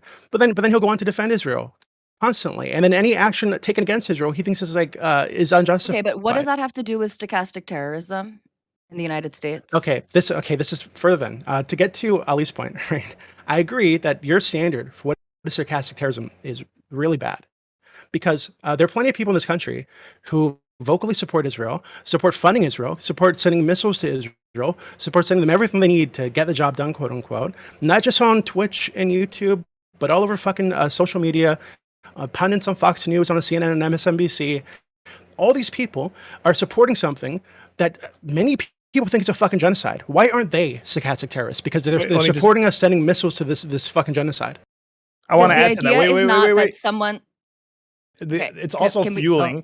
If we're gonna have the conversation where being pro-Palestine is fueling anti-Semitism and anti-Jewish hate, the support of Israel is also fueling Islamophobia and anti-Arab hate. whoa, which is whoa, the nobody what- had said that. Okay, That's I want to let No, Tully I agree with respond that. real At least quick. on this Yeah, channel. that's kind of well. The idea is stochastic terrorism and pro-Palestine. Hassan is a pro-Palestinian supporter. Therefore, you guys are trying to link No, the things I'm that the actions. pro-Palestine. I'm not saying I know, that. I'm I saying know, that I- Hassan is like fucked up, like specifically. No. No, I'm saying that Maybe not you like specifically, but there are plenty of So pro-Palestine. here would be something say analogous, that, and that Palestinians hate Israelis because they're Jewish and because Muslims hate Jews, Okay. and this is all part of I like do some wanna- fucking Sharia genocide plan. Yeah, I want to give it to Yeah. Tali. Tali, go ahead, please. Yeah, so I think we're like stretching the utility of the term if we say that stochastic terrorism is support for some type of like foreign war or genocide or whatever we would call it. I think we're talking about the actions happening in the United States. And so, for example, if there were Zionist, pro-Israeli people like myself, I'm a Zionist, I'm pro-Israel, I support the war effort. We can put that all out on the front, and we can front load with that.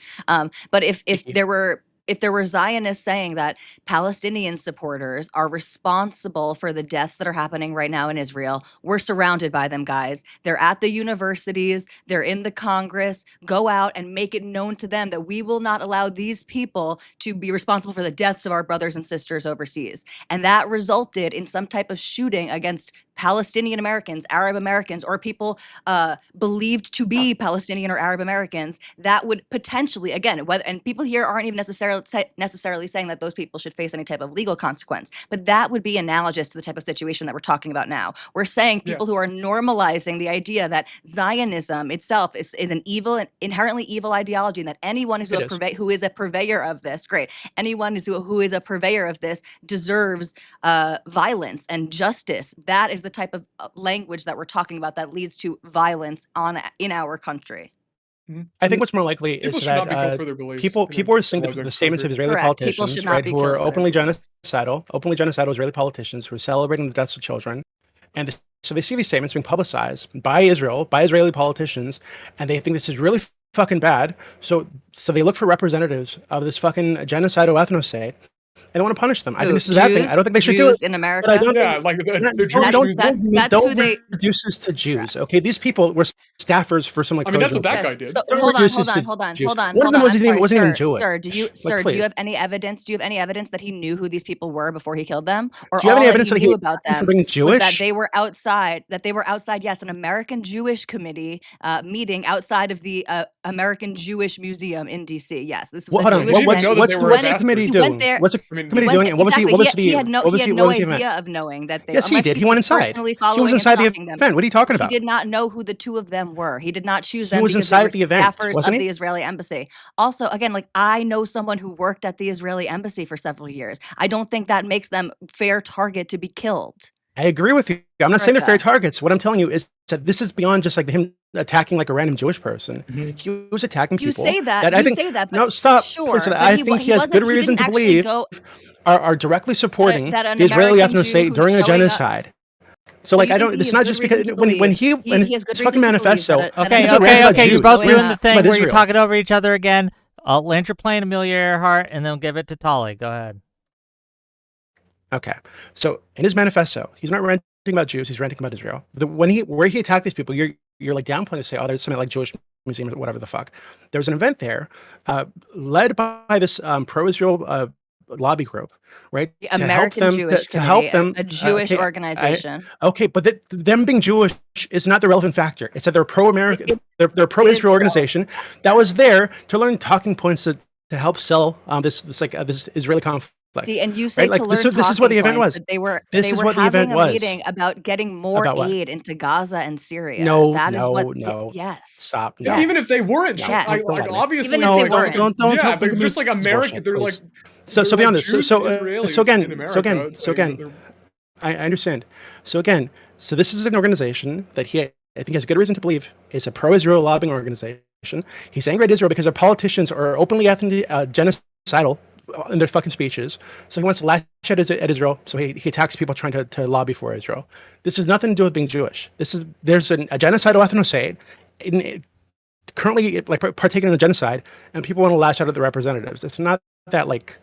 I don't know why you're like boiling down to he just hates Jews. That's so fucking dishonest. I didn't say, oh, he just hates Jews. I think his motivation absolutely was political and on behalf of Palestine. I think that is he's severely misled that would be an appropriate or effective way to lobby on behalf of Palestine. But I don't think this person was motivated by Jew hatred or anti-Semitism. What I think he did do was choose a location where he knew there would be a bunch of American Jews that, yes, he believed were in support of Zionism, but that was a Jewish event that he targeted. All that he could Jews. guarantee outside. Sorry? Finish your It's so point, Tali. Doobie, let her finish, please. Tali, finish your point, and then we can get more people in here. This is part of. I'm sorry I missed the beginning, so I don't know how much you guys talked about this, and it's not necessarily the road we want to go down. But Don't worry. people can be anti-Semitic and not be motivated by hatred for Jews. This is the problem here, is a lot of these things get conflated, and you could say that both sides are doing it, but when you target the American Jewish Committee because you think that certain politicians in Israel have genocidal rhetoric, you are harming American Jews for something that they do not actually have responsibility over. And again, people shouldn't be murdered and targeted for their beliefs. So you don't have to hate Jews to participate in something anti-Semitic.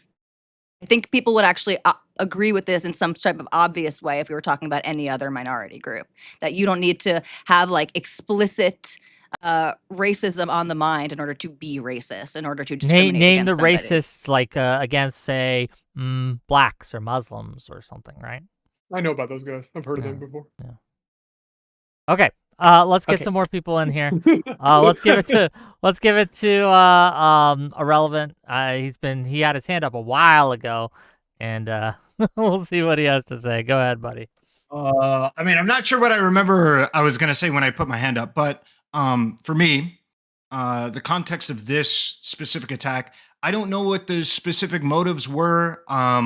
I heard that it was about humanitarian aid to Gaza. That's what I've seen. I haven't seen an opposing idea, but in Doobie, I'm not saying like, yo, you need to get me the source, but legitimately, if you do have something that shows something counter to that, I'd love that. But either way, I think that for stochastic terrorism, right, in this specific context, we are talking about very clear escalating language. So it sounded like Social Logic earlier said that and you can correct me if I'm wrong, you don't really have a moral issue with what Noah Samson said. Noah Samson being like, hey, we have direct physical access to the propagandists, politicians, and pundits who are pushing this genocide. Peaceful protest has done not really anything. We need to escalate. Like, that's not a morally bad thing to say. Now, you can correct me, but assuming that that's the case, then we would just fundamentally disagree on the merits of what was brought up by, what is your name? Shenandoah? Yeah, where it was like, if Tucker Carlson goes on to say this about like trans people, like we've tried to peacefully negotiate with these trans people, and stuff like that. We have direct access to the politicians, pundits, and people who propagate this nonsense, and we need to escalate. I would obviously be against that because it's incredibly insane. And so I would just say the exact same thing here. I use the word stochastic terrorism because I believe we should have a very incendiary word for that type of rhetoric because it's totally unacceptable. Of course, illegal, but totally unacceptable. So yeah, that would be just my statement on it. Yeah. I would say it's a bad thing to say. So I'll walk my other previous statement back. But I would also say that the rhetoric and the discourse is going to go in this manner when you have people that are backed into a wall, once again, perceive genocide, ethnic cleansing, and not being listened to, and ongoing support of, you're seeing ongoing support of on the other side. I think the rhetoric is going to get crazy. My judgment of Noah Samson is the fact that he is comfortably saying that while making, millions of dollars or hundreds of thousands of dollars and not going to do any of the actions himself. So yeah, I could agree with that the statement is bad coming from him. So why would you not call it stochastic? What would you call it then? If not stochastic terrorism. If a less successful streamer was saying it, would it be okay? If they weren't like a millionaire and a hypocrite in that way, you'd be okay with that type of call to violence? Well, that's what I was getting to. That's what I got. You weren't here in the beginning. I was wondering if anything that any person says would be considered stochastic terrorism, regardless of the size of their influence, right?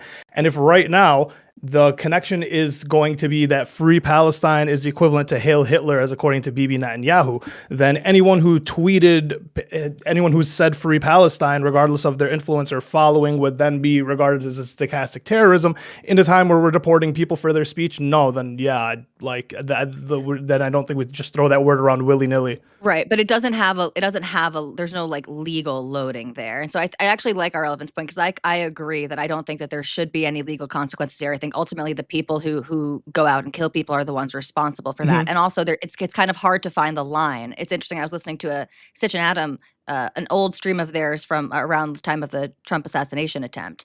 And it's true, a lot of these things, once the violence happens, we can look back in hindsight and say like that was the language that was obviously kind of trying to greenlight this or trying to whitewash this future potential behavior. But I think it's helpful to have the term if people want to socially isolate these type of people, or rather this type of behavior and this type of speech. And so we want to stigmatize this type of behavior, not round people up, not imprison people, not anything like that. So the issue is, and I brought this up earlier, is like, I think that one, you're going to label these people stochastic terrorists. Their crowd doesn't agree with that. It's like the people who oppose them are going to be the ones who label them stochastic terrorists. So their crowd isn't going to follow. They're also going to be emboldened. That's why it's so important to come from your own side. It's like people can only be canceled by their own side, and the same thing with sort of being held accountable. If someone from the other side says that you're a stochastic terrorist or that you're evil, that is actually points for you and your cause. So it has to be people from within ranks who are saying, no, actually, you're taking this too far. This is unacceptable. This is beyond the bounds of acceptable discourse. Yeah, the issue is that once again, I know that there's no legal recourse being asked of anyone here, so I'm not putting this on you.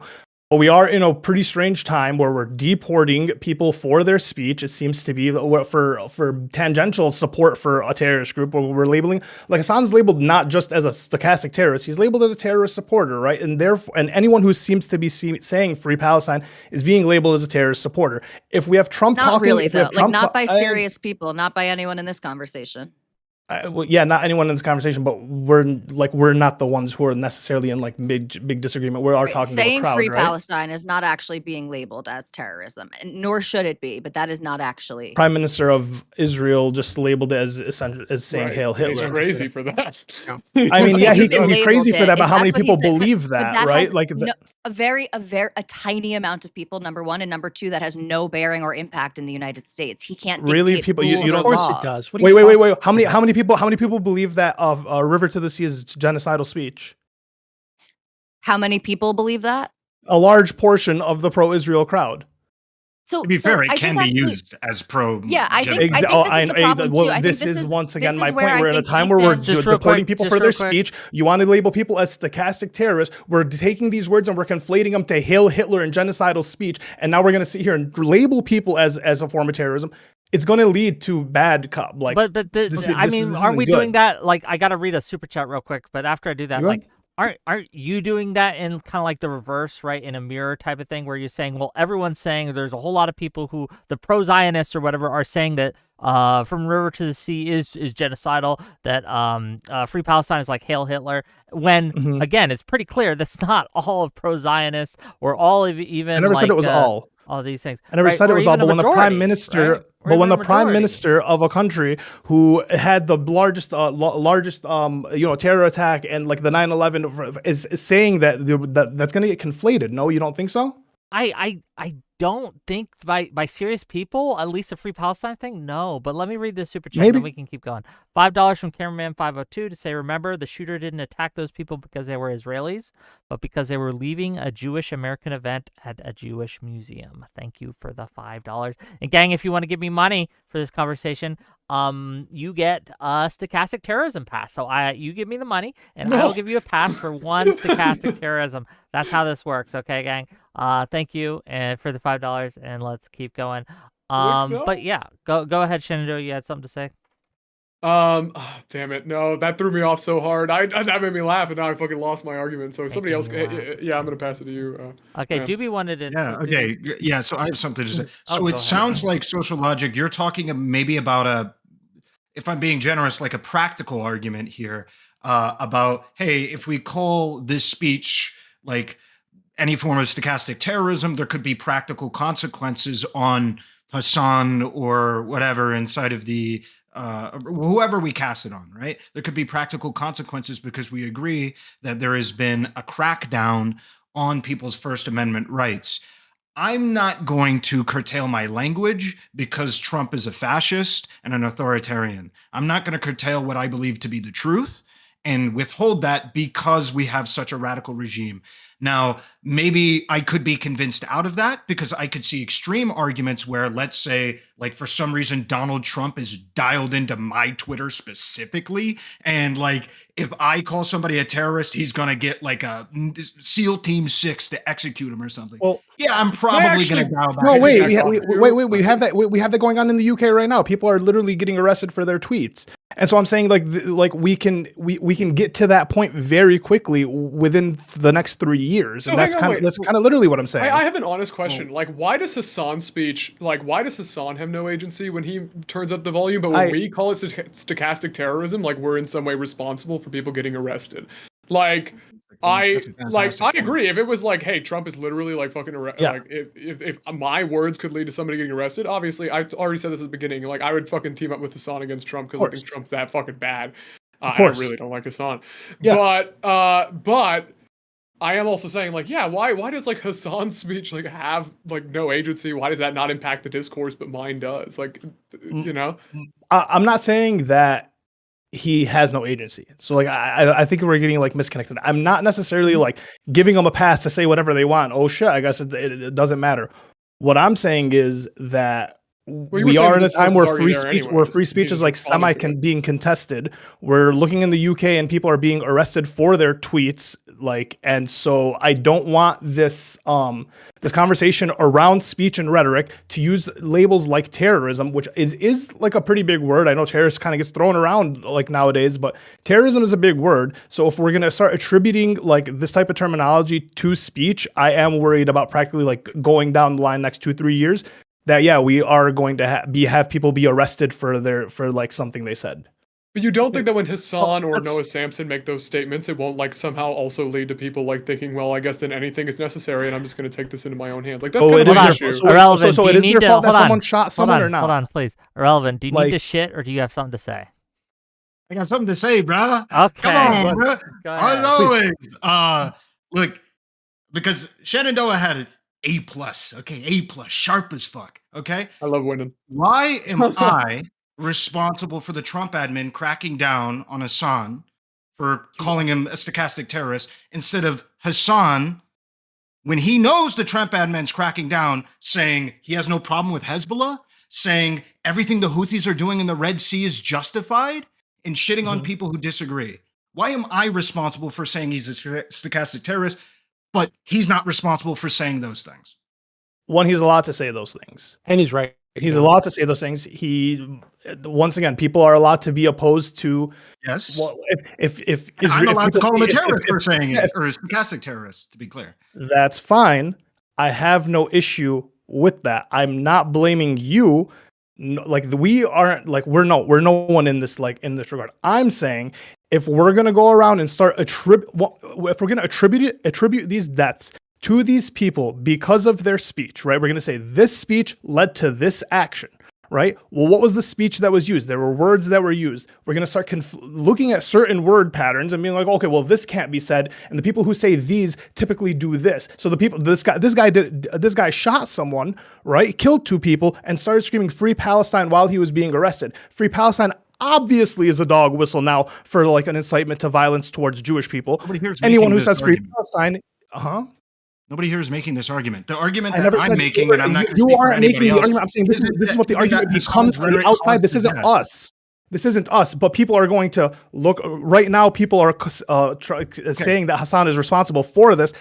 It's going to be because of the speech and the rhetoric. Once again, if the prime minister is saying "Free Palestine" equals "Hail Hitler," that means something to speech when people are speaking.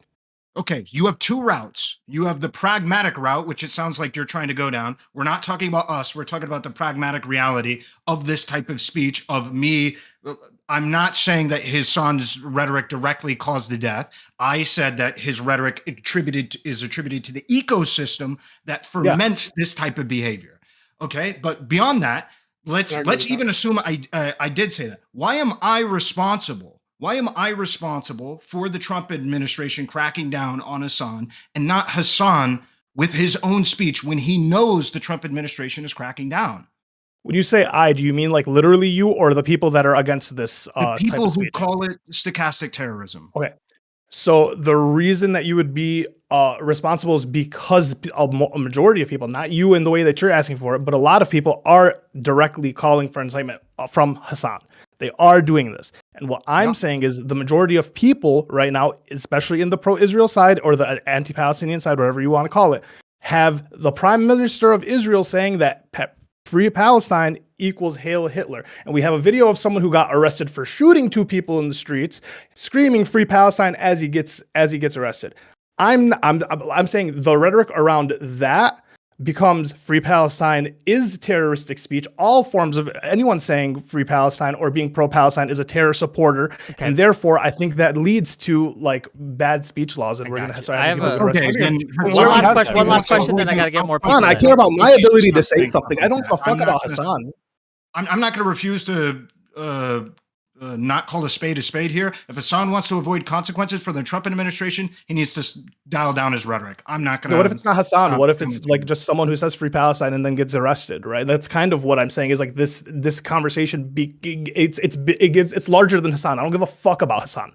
I do not care. Okay, well, the conversation is about whether or not that type of rhetoric leads to consequences, real world consequences. Okay. And I believe it does, but it's down the chain. I do have one super chat to read. Thank you for the $10, and then I have a question for Doobie and Sociologic, and maybe that can kind of drive this conversation forward just a little bit. Sibnu, thank you for that question. It is interesting. $10 from Lawson Harrison to say this: Free Palestine is fine, but saying from the river to the sea is just expressing Palestinian freedom today. It's akin to saying Sieg Heil just means German financial reformation in the mid-20s. Thank you for the $10. So to Doobie and to Sociologic, would your view on this change if they got records, chat records, Twitch logs? Because apparently this guy, the shooter guy, was on Twitch, right? Like, he was on Twitter, I guess. He gave death threats to Will Stancil. So he's I guess been a chatter, at least to a certain extent. If it came out that he had been radicalized by Hassan's chat and had been reading Hassan's chat, involved in Hassan's Discord, involved in Hassan's Reddit, etc., would that change your mind at all on this? Let's give it to Doobie first, and then Sociological. No, because like I said before, I think that if we were to like have a percentage breakdown of the things that led this guy to be radicalized enough that he felt like it was okay to kill civilians in at this event, I think the statements by Israeli politicians and Israel's actions over the last couple of years, and even prior to this, because this guy was actually like a pro-Palestine person for at least like 8 years or something that they've been able to find.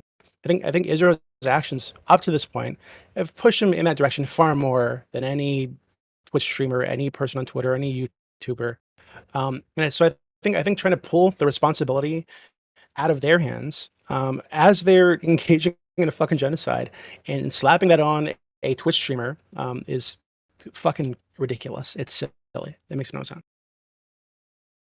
Yeah, I'd probably attribute it more to like the actions that Israel's doing and the support for it, but then also he's not directly conversing with Hassan, right? If he is in like chats, if he is on Discord, if he is in groups, whatever it may be, it's the people he's talking to that are emboldening the stance. I don't think I don't think people literally follow Hassan or Noah like to the point where they're like they can make a call to action and a murder will happen.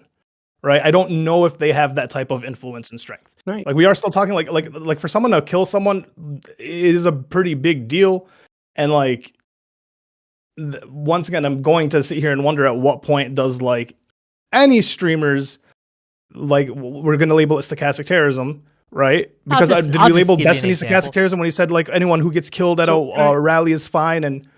If for example, when he was on that arc, yes, arguably, especially in light of the fact that he was having this conversation right after there was political violence, there was an assassination attempt. Yes, arguably, yes, that is exactly what he was engaged in. Arguably, yes, intentionally. That's also silly though. Yes, if I'm arguing for it right now, yes, and this is why I think too. You make a a good enough point that the term really has utility in discussing the types of speech and the environment of the discourse rather than an individual person. So I don't think it's helpful as labeling this person is a stochastic terrorist. Rather, there is stochastic terrorism. The way that people are talking about find them in real life. You know, we have them in our on our shores where we can find them. Go down and hunt them down. This type of language is inflammatory. But I don't think that individual people are responsible for the actions of lone gunmen. We sort of saw this with BLM though, right? And what this meant then was if these people were out on the town or at a restaurant, you'd go and yell at them to their face, right, in front of everybody, and make it very difficult for them to be out in public without somebody screaming at them and shit like this. So I don't think there's any reason to think that he meant to go kill these people. But That was bad. But no, I don't think that's bad. I think it's totally fine. I think that if you're a politician, To you're supporting scream at policies that are destroying the lives of millions of people sure. in the country. I think it's fine for people to scream Politicians. at So you. it went way beyond politicians, right? These groups were like stopping out in front of restaurants and just like harassing people who'd be sitting outside and trying to force them to chant in unison with them, or else they would get sort of intimidated down. The Yeah, I'm people talking about at the politicians. American Jewish Committee event were not politicians. They're pro-Israel activists. It's a lobby group. They're okay. So they have. They even support if all of they Israel's have policies. They sympathies support for Israel's it, leaders. That's not They true. exist. This That is not true, organization and the exists individual to get people showing up. hold on. Even- That organization even if you exists to strengthen do- ties between the U.S. and Israel, and to ensure that Israel continues to be funded by the United States. And the US Shit, what if like continues just to some support Israel. Pro-Palestinian guy Go went there look just for to report some on it, statement and by then they got the killed AJC. because they just Go showed look up? for some statement by the AJC where they condemned the blockade that went on for They fucking don't months. need. They don't. Yeah, need of course to, it doesn't though. exist. That's not a of course, because requirement. they're I didn't say- pro-Israel it advocacy doesn't need to. organization. Yes. And so then they so? should be shot? What the fuck? Like, what do you mean? Like, No, yeah, that isn't what I'm saying. I've said repeatedly that I don't think it's okay for them to be shot. Right? I'm saying that it's reasonable for somebody to look at that group and think of people associated with that group as supporting a genocidal ethnic state when there's a genocide. So, for example, if this was fucking World War II and people knew about the Holocaust, right, while it was happening. What is the function And of this argument? You are just saying that you think his listen, stop, fucking no, times stop, and it still makes so no stop, goddamn no, sense, stop, you no, moron. listen. So if this were World War II, right, and people knew the Holocaust was happening, and there were German like staffers, right, in the U.S. or pro-Germany staffers in the U.S. that were part of some group that advocated for more money to Germany while the fucking Holocaust was happening, I think it'd be reasonable to expect that these people might be in danger, right, during the fucking Holocaust because they're supporting a genocide, right? So I'm not saying it's a good thing, but I think it's so like somebody said This earlier. has to do with stochastic terrorism. Like, I'm Okay, well, I'm getting to that. So somebody said earlier, right, that this is like some kind of like a, like a Western comfortable, you have no skin in the game, etc. I think that the way that you guys are speaking about a genocide, right? The reality is people are being burned alive every day. People are starving every day. People are being fucking blown up. Civilians being fucking massacred every fucking day. You have politicians not only supporting this but advocating for more of it every fucking day. Right, and because it's not in front of us, so we don't smell the burning bodies. If somebody, here takes that seriously enough that they think they need to enact some kind of vengeance against people supporting that, that we're supposed to think that they're like evil or something. Like, no, I think this is a natural human response to evil happening. If somebody shot somebody who was supporting the Holocaust, I think it's bad, but I can understand why they'd be doing this, and I wouldn't blame people who were calling out the Holocaust and drawing attention to the Holocaust for their action. I would say, hey, you should stop doing the fucking Holocaust, and Is it because possible this is what's to leading people to be support so angry that they're willing Is it to. possible to support Israel and not be genocidal? If you're supporting their actions now, fuck no. Okay, not support. Is it possible? Is this me or is You're this muted? her? No, she Really died. government. You're out. Mike You died. you Nope, you're your back. mic cut out. Oh, sorry. Can you Sorry. repeat that, please? Yeah. So I'm okay. Sorry. Does support for Israel mean the same thing as being pro-genocide or supporting a genocide or complicity in a genocide? I No, don't not mean necessarily. support for the specific. Yeah, no, not necessarily. Okay. Of course not. Okay. So then a lot of the people at the American Jewish Committee meeting are there because they support Israel. They support the United States relationship with Israel. Many of those people likely do not support the actions of the current Israeli government, do not support the actions in Gaza, especially American Jews, frankly. In fact, the two that got killed did. if they think the actions of the current government are bad, and they think that what's currently happening is ethnic cleansing happening is bad, why would they continue to support why would they continue to advocate for closer ties with the US So, and more money for I Israel? could actually While speak those- to while this. those actions are taking maybe place. because they want to have more influence over the Israeli government so that they can stop these types of interventions. I could actually speak to this. I did have a conversation, and this guy gave me permission. I won't name his name, right? But he gave me permission to share this conversation, so this isn't a secret. Like, because he's a Jewish member of my community, and we were having a talk about this morning, and he said this, and I found this this might answer your question, Doobie. He says this.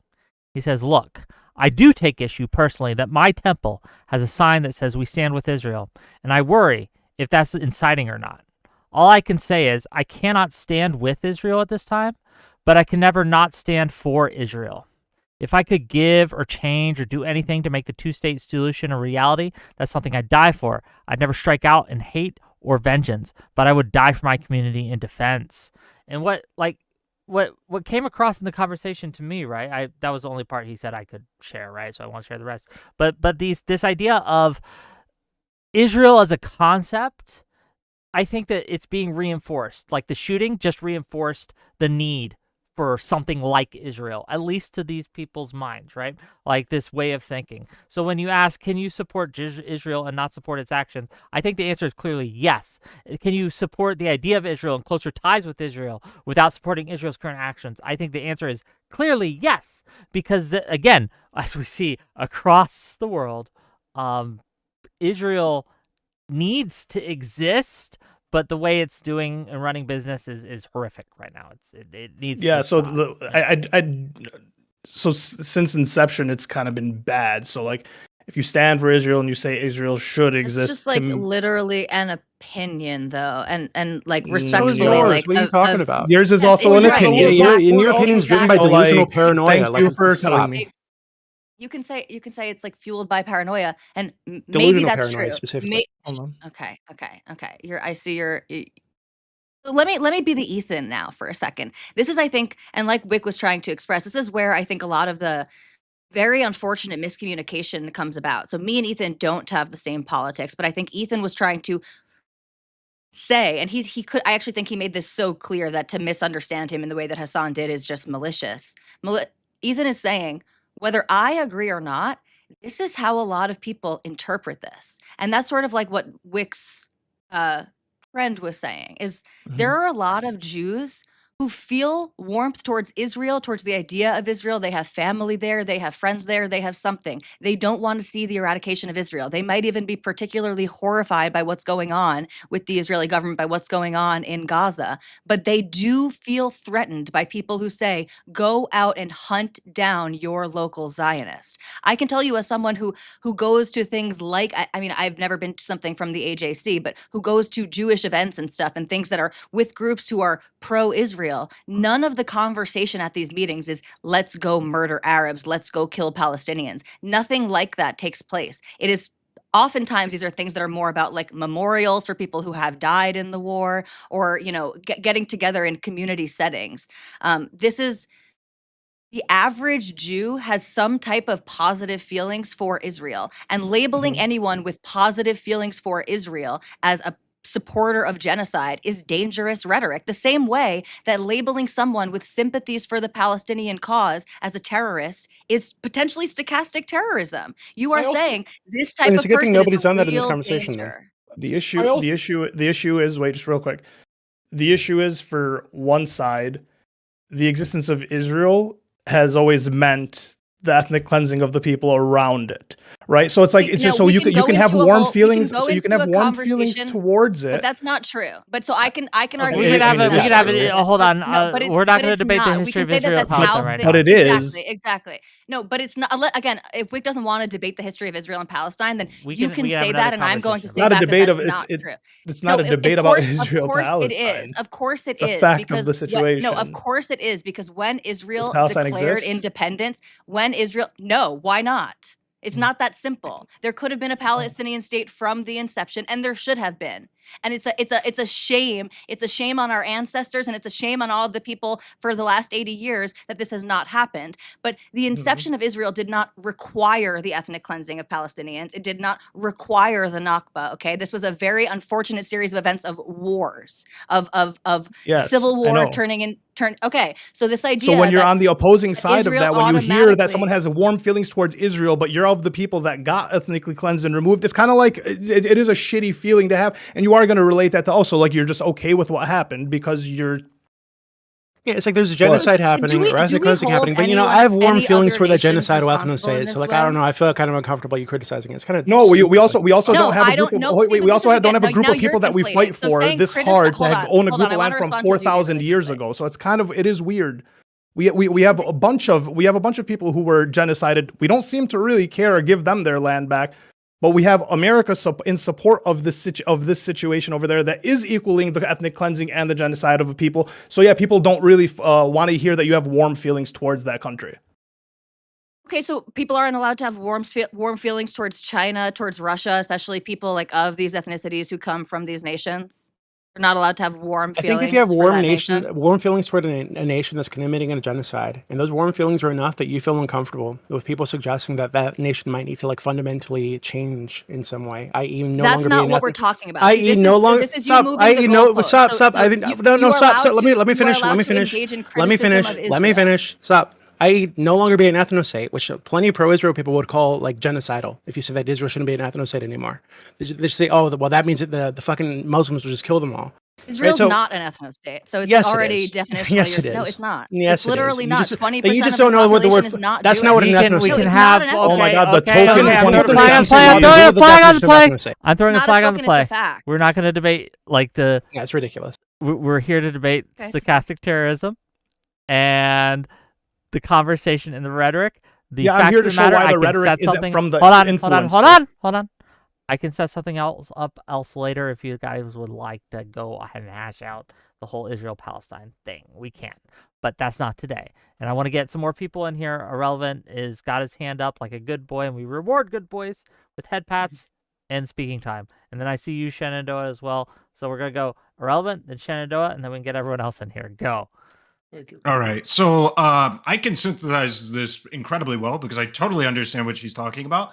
It is the idea that you like the idea of the state that exists. I hate the current state of America, but I love America. Right? The idea of America and what America really stands for, to me, I love it. I love this country, but I fucking hate the administration of this country right now. It's horrible and it's tyrannical.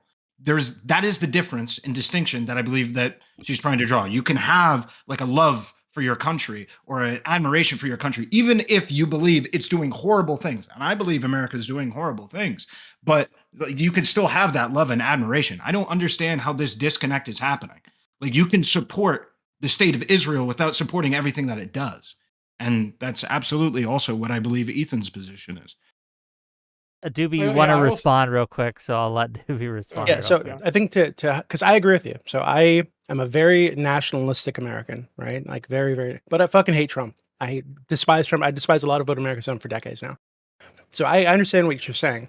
I think the issue with Israel is to kind of speak to what Ali was saying, is the basic core ideology is that this is a Jewish state, and this is absolutely an ethno state, but Jewish state, in a predominantly, and I don't mean just like by a little, by a lot, Arab non-Jewish area, right? So for that ethno state to exist in this area, you need and to want to expand in this area, which they have been for decades now, you need to get rid of the non-Jews to maintain the demographic majority, right? So this is why people say that supporting Israel, You don't need to support supporting the existence of expansion to Israel support as an Israel. ethno-state is necessarily ethnic cleansing, or going to lead to Just to be ethnic cleansing. clear, or a lot of support people genocide. also say this about America. They say basically the same Mhm. things, that the Trump administration is like just an expression of its fundamental rot and that like America is always like this. A lot of people do the Yeah. exact same thing, but you can understand like the difference between America and like loving America and also not liking the current administration.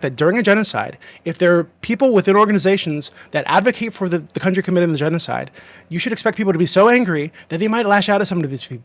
And you should That expect doesn't if mean- people are shooting that doesn't random, mean it's if you- if you justified or they should expect do if it. People are shooting random citizens of Israel or random Jews in the street, that perhaps the country might respond with a heavy hand.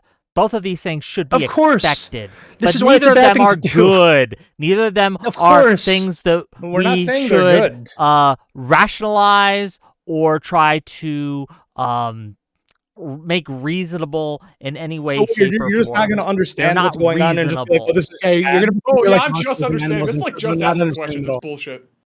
No, we're not What? just Do you asking think questions. Luigi? Hold on. I have a I ha- question. Do you think Luigi Mangione, that killing, was that inevitable because of the horrific state? Kind of, yeah. Okay, so Yeah. this is where we just completely disagree. It's It not inevitable happened. that a random person is going to go out and murder the CEO It's of a not health random. insurance company that he is not. That is not even his health insurance company. That's Irrelevant. not inevitable. That's not Of course it inevitable. is. It's political Irrelevant, violence. go. No, it's not. Wait, political violence is inevitable. It happens. Like, I don't see what are we confused about here? Not all.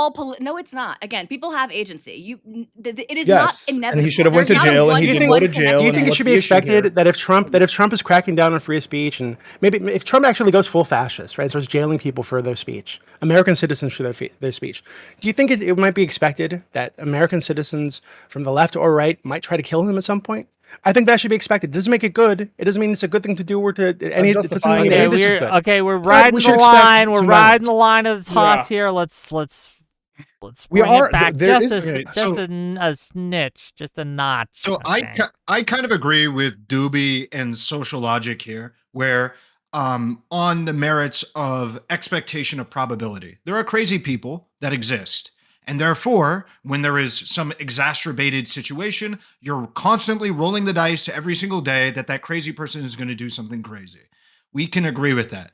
But the expectation should be that when those dice get rolled, we call them fucking crazy and we condemn them as Yeah. fucking crazy. Yeah. And Yeah. but also, excuse me, most importantly, the circumstances that led them to that crazy behavior, we also look at those circumstances and go, is this justified? Maybe we should take a look at some revisions. And the argument, at least that I'm making, I'm not going to speak for anybody else here, but it sounds like we might be on a similar wavelength, is that the ecosystem that is fermenting this type of behavior as being as this person may be feeling like they're justified or some vigilante dealing out justice is that ecosystem that is generated by the rhetoric that we're specifically talking about. The incitement to, oh, peaceful protest, that's not enough, we need to escalate. Stuff like this is what increases the chance for that roll to hit for political violence. Okay, $10, just real quick. $10 from Lesson Cell, and then I'll let you go. And then we are running out of time, so Yeah. we're gonna wrap up. Mhm. So $10 from Lesson Cell to say, if you expect for random people to be shot down due to a genocide on Israel, why is Trump in the wrong for trying to deport all pro-Palestinian people in order to prevent more killings? Go ahead, Ollie. You don't have to address that if you want, but thank you for the $10. We can Really get to appreciate that. Ever. So we are agreeing that it's like the ethos now and not the rhetoric of the influencer, right? Because the ethos is strong. Like, Sorry, like the what do you- conversation. We're saying that the Show your rhetoric mind? of the influencers are driving that. We're saying that that's a big part of it. Yes. See, so like to Relevant's point is like, if we're gonna look at what is generating this ethos, right? It's not just going to be the influencer. The influencer is a part of it, but then the greater part of it is to what Doobie's point is that there are people that have been watching this for X amount of years. This isn't a 2-year thing for a lot of people. For a majority of us, it was kind of been our whole lives, and for a lot of us, it's been 10 years at least. So this conversation has always been driven and having like been in around this. So like if you want to start to Tali's point, she's saying the stochastic terrorism is just the rhetoric, is just the conversation, and that will, I mean, then that gets to a point where it's like a majority of people are just they are doing stochastic terrorism, right? Did I misframe you, Tali, or no? You might have to flesh out a little bit what you mean. So, like, again, I'm not like people being angry about a genocide and even saying like, oh, like Bibi Netanyahu, we got to go get him or something like that. Mhm. To the people who are actually responsible, to me, seems different from saying anyone in my country with sympathies towards that country is fair game. Yeah, so it's so you're less concerned with like the influencer conversation. You're more concerned with just the conversation in general being had, right? Sure, but the more influence you have, the larger influence you're going to have in the conversation. So if you have a bigger profile, if you have more people watching you, then your words are likely to have a larger influence than someone else. But it is, yes, you can be not famous and still engage in stochastic terrorism. Yeah. Go ahead, Relevant. If you're responding to me, or you're responding to me, yeah, go ahead. Yeah, great. Because my issue kind of with what you're talking about is Mhm. that the example that you gave that, oh, this has been going on for 10 years or longer, even a lifetime for many people, then why do you think when we're at like one of the apex of the rhetoric, the anti-Israeli rhetoric, why is this happening now? We have more eyes on it now. There are people who didn't know where Israel was anywhere near a map up until like last year. So like there are just more eyes on because we have the internet. Yep. There's going to be more eyes on it. And with the inflammatory rhetoric, there's going to be a lot more people who feel a lot more justified in doing either side, feeling like, pro-Palestinian people are terrorists and feeling that pro-Israel people are terrorists. There's going to be people who feel this way on the other side. So I just want to put up a hypothetical, primarily, it sounds like, to social logic and Dewey. In an environment in which you are being told, let's take just two environments. One environment is where if you're on the pro-Palestinian side, you have the influencers that are saying, and these are the large voices who are saying, peaceful protest is not working, we need to escalate, versus a reality in which the large pro-Palestinian people are saying, we need to just like protest and like lobby and petition the government. And these are the two realities. Which one do you think is more likely to have domestic terrorism happen? I think the former. But I think that when people get to that point, it's because they tried the latter and it didn't work, right? They're not getting any response. When you have the or maybe DNC literally plugging their ears, as they're walking out to not hear the pro-Palestinian chants, it is kind of like, what the fuck do you want people to do with that? Let's even assume that. So we agree with the idea then, nonetheless, the thesis that the former being peaceful protest isn't working, we need to escalate, that will lead to killings or something like that at a higher rate. And you said that's primarily because the peaceful stuff hasn't worked. So is your argument that shift is justified, or should they still keep trying not peace? Not justified. Okay, I think there's a ton of evidence.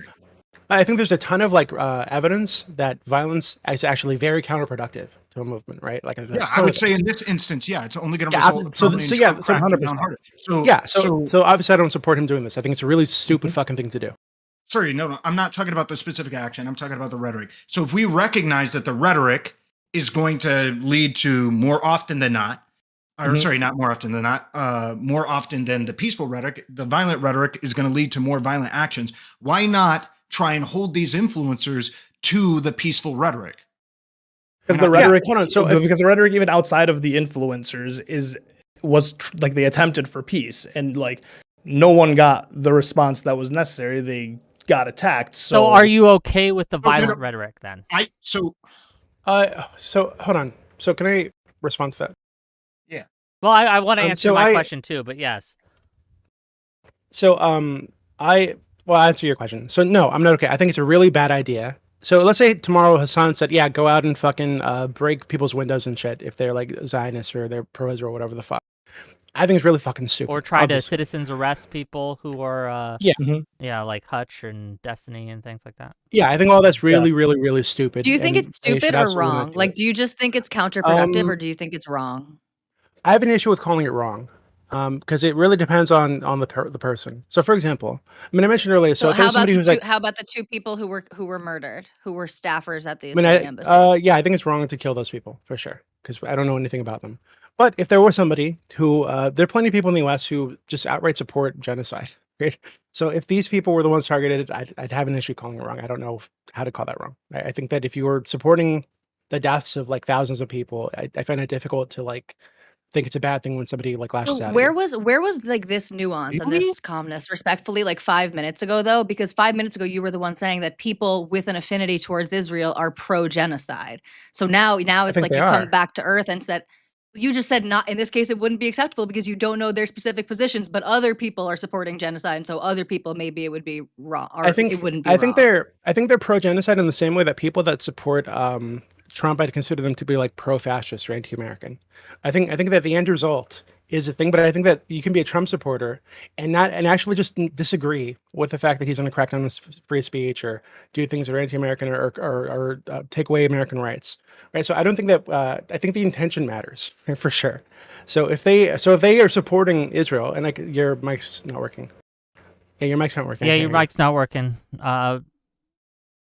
Okay, let me try while she's fixing that. So just to be clear, you think if someone legitimately supported what was happening in Gaza, like we should glass Gaza, we Yeah. wipe it off the map, then it would not be wrong to do violence to that person.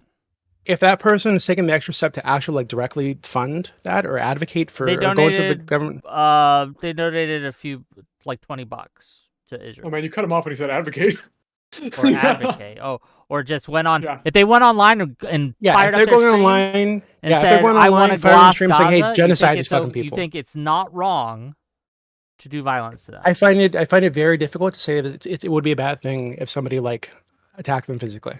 That's what I was saying Because earlier, man. because the reality is that there is a genocide happening. They're I think supporting this genocide. So yeah, I think doing that is bad enough that I'm okay with somebody punching me in the face or doing whatever. That's why I was getting so mad earlier.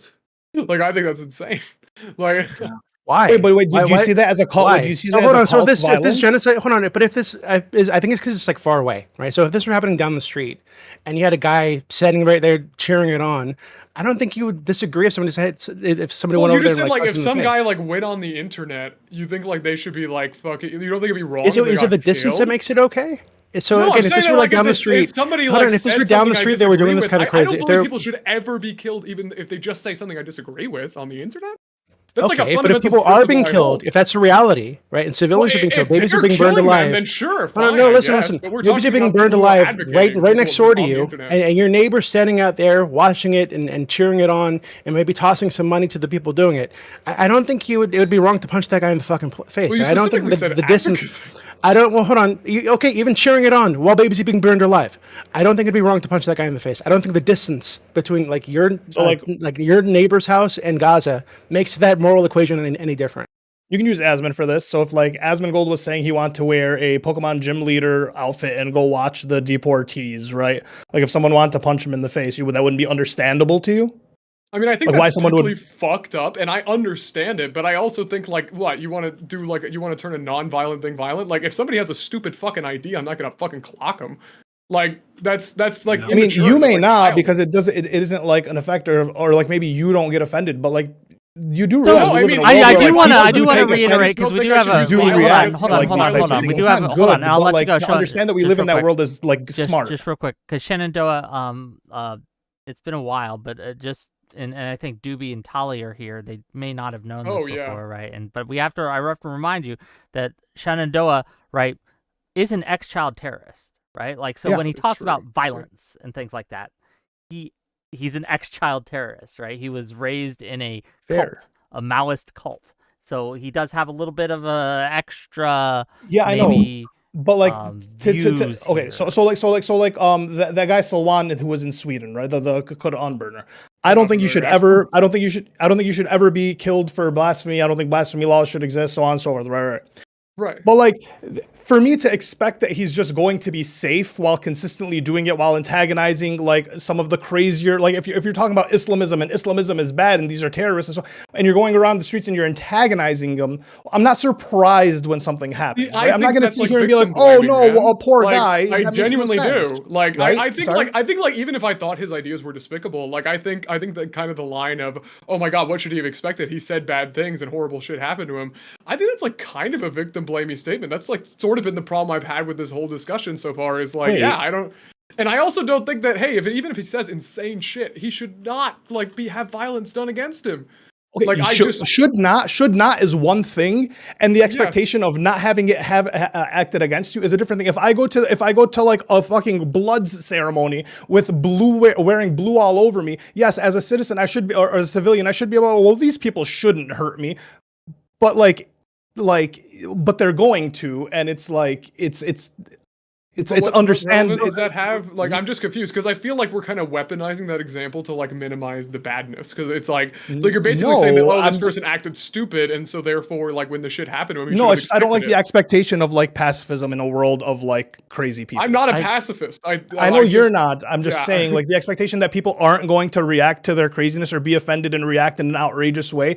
I think that expectation should Okay. always be had. It's I wanna smart to pass- assume that people are going to react negatively. I want to pass the mic to Irrelevant real quick. Go ahead. Okay, so there's a difference between understanding that something will probably happen to you and then it being justified. We can all say Yeah. that the expectation of like some crazy, like, for instance, if I walk down a dark alley fully dripped in diamonds or something, the expectation I'm probably going to get mugged, but that doesn't Yeah. mean it's okay to mug me, right? So course. that distinction is what we're trying Mhm. to draw, is the expectation versus whatever. We're not trying to have this conversation about some like random like whatever stuff. But for specifically what Doobie was talking about, which was that people who have like a pro or any positive sentiment towards Israel is like pro genocide. This type of thing, this type of rhetoric is the type of thing that I believe contributes to the ecosystem that got those people killed.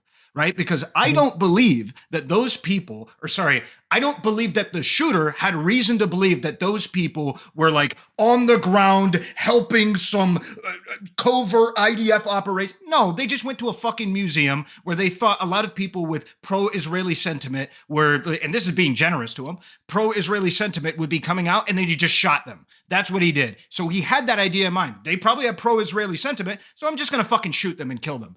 Why? Because the fact that they have a pro-Israel sentiment in and of itself is pro-genocide, and pro-genocide is a very big claim. And like you've even argued in this conversation, maybe that warrants a smack outside the face. Maybe that warrants a little bit of that. And it's just a little bit farther than that. It warrants violence. Well, this guy thinks it warrants a little bit more violence. That, like, this is the rhetoric. We're seeing it. We're seeing the ecosystem. Yeah. Okay, but I want to before anyone goes, I want to read some super chats, make a little money. $5 from Crash Out or Cash Out. Welcome back, friend. Says, I disagree with the whole premise because they worked for the government, who is currently in an active conflict. Terror can only be against civilians. Just frankly, they're still civilians, even if you were a staff worker. Yes. I just want to be very clear. Yeah. They're civilians, and there were civilians, so they're They not. weren't even They weren't in diplomats. the They were You go military. just working at shoot the embassy. the local trash man because they're a part of the government? Like, what? Okay. The civil servants should be like, come Yeah, on, bro. No shit. $5 from Feder Methodist says, calling this war genocide is part of the dishonest rhetoric causing these problems. I agree. Thank you for $5. $5 from Audacity, say words hurt, free Palestine or else. And then finally, $5 from Lawson Harrison to see, is there a distinction between actual pro-Israel, anti-Palestine versus those unaffiliated that see a tragic war with high casualties but no genocide? Okay, back to I think at this point, if you don't think there's a genocide, you're just not informed. I'd encourage people to read through Amnesty International's report. It's like 200 or something pages long. They lay out in detail, and that's just using 6 months of data, by the way. The report itself is over 6 months old now, so things have only gotten worse since the report. So just go through that, and I don't know how you go through that and tell me that you don't think it meets the criteria for genocide. Well, I don't think that it's a genocide, but I think even if it were, even if the people who are acting in this way believe that it is, I actually have an analogy that I like to bring up. So if I believe that abortion is murder, and that abortionists, people who abortion providers are murdering babies at scale, would it be not justified because people here don't support violence, but would it be understandable how I got there if I went and shot up a pro Yes. Planned Parenthood Yeah. rally? Okay. People Also, are absolutely. crazy. That They would should Also, be also, jailed. I that would missed be the super chat. understandable Of course to it would. you? I'm really Yes. sorry. I think- missed the do you super think chat. I'll let you. if- Hold on. It's a $2 super chat. I'm just gonna read it real quick. I don't want to miss any of my super chats, and then I can give the mic to you, Ollie. It says $2 is from cameraman 502. Is the Arab Republic of Egypt an ethno state? Thank you for the $2. Okay, Ollie, go ahead. Yeah, so if you truly believe that like abortion is murder, right? And then you go out and you're trying to prevent from having, or you react and you go in an action or you kill someone. You're going to a rally. Yeah, You're yeah. going into a You go- rally in support of Planned Parenthood. I actually like this analogy Yeah. because people who are at a rally in support of Planned Parenthood might be there for reasons entirely unrelated to abortion procedures. They could be there because they like the STD testing that they have, and Yeah, they like the right. family planning services. You're and they like asking me if your question would it be is understandable if framed. someone went to the pro Planned What do you mean by Parenthood understandable? rally and Because shot the way it you're up? the way Would you're it be using No, understandable. we're asking if you What do think you- it's understandable. What do you mean by we're asking you to understandable? define it. Understandable Like as in, what do I you- like what understand you how were something saying like that before. happens? Yes, Yes, there is are it- crazy is it- people is in it the a world. They natural believe that there's a consequence? group of murderers or supportive Yes. murderers. They went and killed someone. Yes, it's easy to understand. You're using understandable as in, do I empathize with the person and think it's okay that they Yeah. did it? No, I don't not think that it's you that. think it's okay that they did it. Not that you think it's okay that they did it, but sort of like what I was asking Doobie before. There is a like you're saying that this is the natural consequence, and that's what I am completely disagreeing with. I Why? do not Okay, believe that it's can we- the natural so can I- consequence that if someone sees something like this and murder isn't a disagrees thing. that they are going to want to kill someone who they perceive to be in support of the thing. People kill people for Okay, hold on. less. So hold on. So can I? So yeah. So if And you're I don't at a think Planned it's Parenthood rally, understandable. I mean, hold I on, was so accused of if you're not at a Planned understanding Parenthood it rally, for this if exact you're at a Planned situation. Parenthood, if you're at a Planned Parenthood rally, right? And Planned Parenthood is committing, I think, 300,000 or 400,000 murders every year of babies, right? If that's your perspective, right, that these people are supporting an organization that commits hundreds of thousands of baby murders every fucking year, then yeah, I can understand why that person might want to take violent action against people supporting that organization, even if their support of that organization is because they like HIV care or whatever the fuck, right? The reality is this organization kills hundreds of thousands of babies from their perspective. So yeah, I can understand why they would get violent. I don't think it's a good thing, but I can understand Why it. they would get violent against people who they perceive being in support of it. If you're at a Planned That Parenthood level- rally, that level or Planned of- Parenthood is of committing 400,000 baby distance murders a year, then yes, understandable like, why wouldn't you understand that? Of course. And Do these you, are wait, just so, people. so it's I don't see unfathomable. that Is as it a natural unfathomable to you? consequence. So Okay, I don't see that as a but do you natural understand it? consequence. As in, like, the same way that I understood, like, the manifesto of this guy, like, logically I can follow, way- but I do not think that Well, that is a but the issue is natural that you- Wait, do you, consequence. do you, The issue is that understand, you do you disagree with understand the him. I think IDF's the issue is that bombing you in disagree with Gaza? him, Is that right? understandable to you? Do you understand like why the IDF has to bomb Gaza in the way that it does? Is that Do I that's something understand you why understand? the IDF is Because fighting you're pro in Gaza? the Yes. war efforts, right? So that's Yes. understandable to you. But someone thinking that a group of people are murdering 400,000 babies a year, that's not fathomable to you, right? Just to be You can clear, you guys understand were So- saying earlier that I don't have basic empathy because I didn't understand why the guy like would want to do it. Like, yes, it follows I don't see you logically. have, you don't Like, have why somebody? basic empathy. No, the other guy did. I don't think it was you. No, I said that we're extending basic empathy, and you guys seem to be like averse to that. Well, no, we're just saying that. Well, I'm saying that like I actually don't think it's basic empathy. I'm just saying that like I just think that yes, I can logically understand how these events proceed, but I'm just like fundamentally suspicious of using this like definition of understanding because there's like a part of me which goes like, wait, why are we saying we understand? Like theoretically, almost any act of political violence is like understandable because almost everyone has a belief that they might be willing to kill for. Like it can like logically follow for most people. Most people aren't like totally mentally insane. So it's just like, why are we saying we understand them? It just Not feels yet. like Give it I a think few I more think I think rounds. wait, I think because we're having a conversation if one if the influencers committed stochastic terrorism, and then I think Doobie's trying to get to the point where it's like we don't think it's stochastic terrorism that's the problem. It's just that the rhetoric around this situation is going to be inflamed in the way that it is, and therefore the actions are the conversation is problem. deeper, is bigger than stochastic terrorism, is bigger than Hassan. It's more about the fact that like in this world, right now in America, you have half of a group of people who believe that a genocide is happening, and another half of a group of people who don't believe a genocide is happening and are actually encouraging their war efforts. This is the conversation that's being had. So the rhetoric is obviously going to be inflamed, and and therefore it's not so much that the influencers are committing stochastic terrorism; it's that the rhetoric around this conflict is all going to obviously be enraged to this Okay, point. Tali, And that's, I think, respond. So the you made a conflation there at the end that I think one of the super chatters was trying to flesh out here. Yes, there is a contingent of people who do not believe what's happening in Gaza is a genocide. It does not follow from that those people support going even harder and even support the war effort. There is a contingent of people, maybe the super chatter before, who believe it is a horrible, atrocious war. What percentage that of people believe do you think that is? People who believe that it's not a genocide but want the war to end. There's No, a yeah, large, yeah. there's a large number A of lot, people like who fall into 30%. that category. Actually. Right. So to There's a be lot of clear, it. there is, I would almost argue that most reasonable people, that's probably going to be the vast majority of pro-Israel supporters, because genocide has been loaded as one of the, like an insanely huge, horrible, systemic mass killing that just frankly, ass meets grass, is not happening in Gaza. The way that we load genocide is we are loading you in trucks, bringing you to a fucking gas chamber. Fine, ethnic Your leaders cleansing. can't. Your leaders. Hold on. Excuse me. Yeah, just your let leaders. me- Your leaders can't negotiate you out of a No, no, genocide. let me- Hold on, let Irrelevant exactly. go. Let Irrelevant go, please. That's true. But the idea that there is a genocide for most people, inch starter amounts of death, 300,000 starters. That's to start. And then we're talking, because to conceptualize the average person, you're competing with 6 million, bro. 6 million. You're competing with. That's We're why talking I about consistently genocide. said perceived. So for the That's why I average said person, perceived they're probably genocide. gonna be like, this is pretty bad.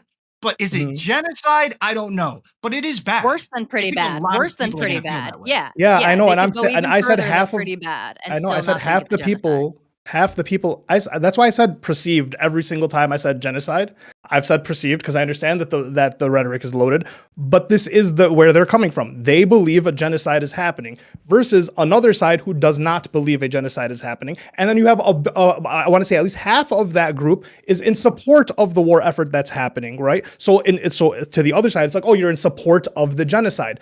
So obviously the rhetoric and the discourse is going to be inflamed, and that's kind of what No. The problem No? is this. This is a huge problem. The problem is Mhm. the people who I'm criticizing the rhetoric of say that if you disagree with it not only being a genocide, but they also call it a Holocaust, which I will argue on the definition of a Holocaust. It's objectively not a Holocaust. But if we want to move beyond that specific terminology, that if you disagree with this idea, you are like not even just pro-genocide, you are a part of the apparatus that is contributing to the genocide.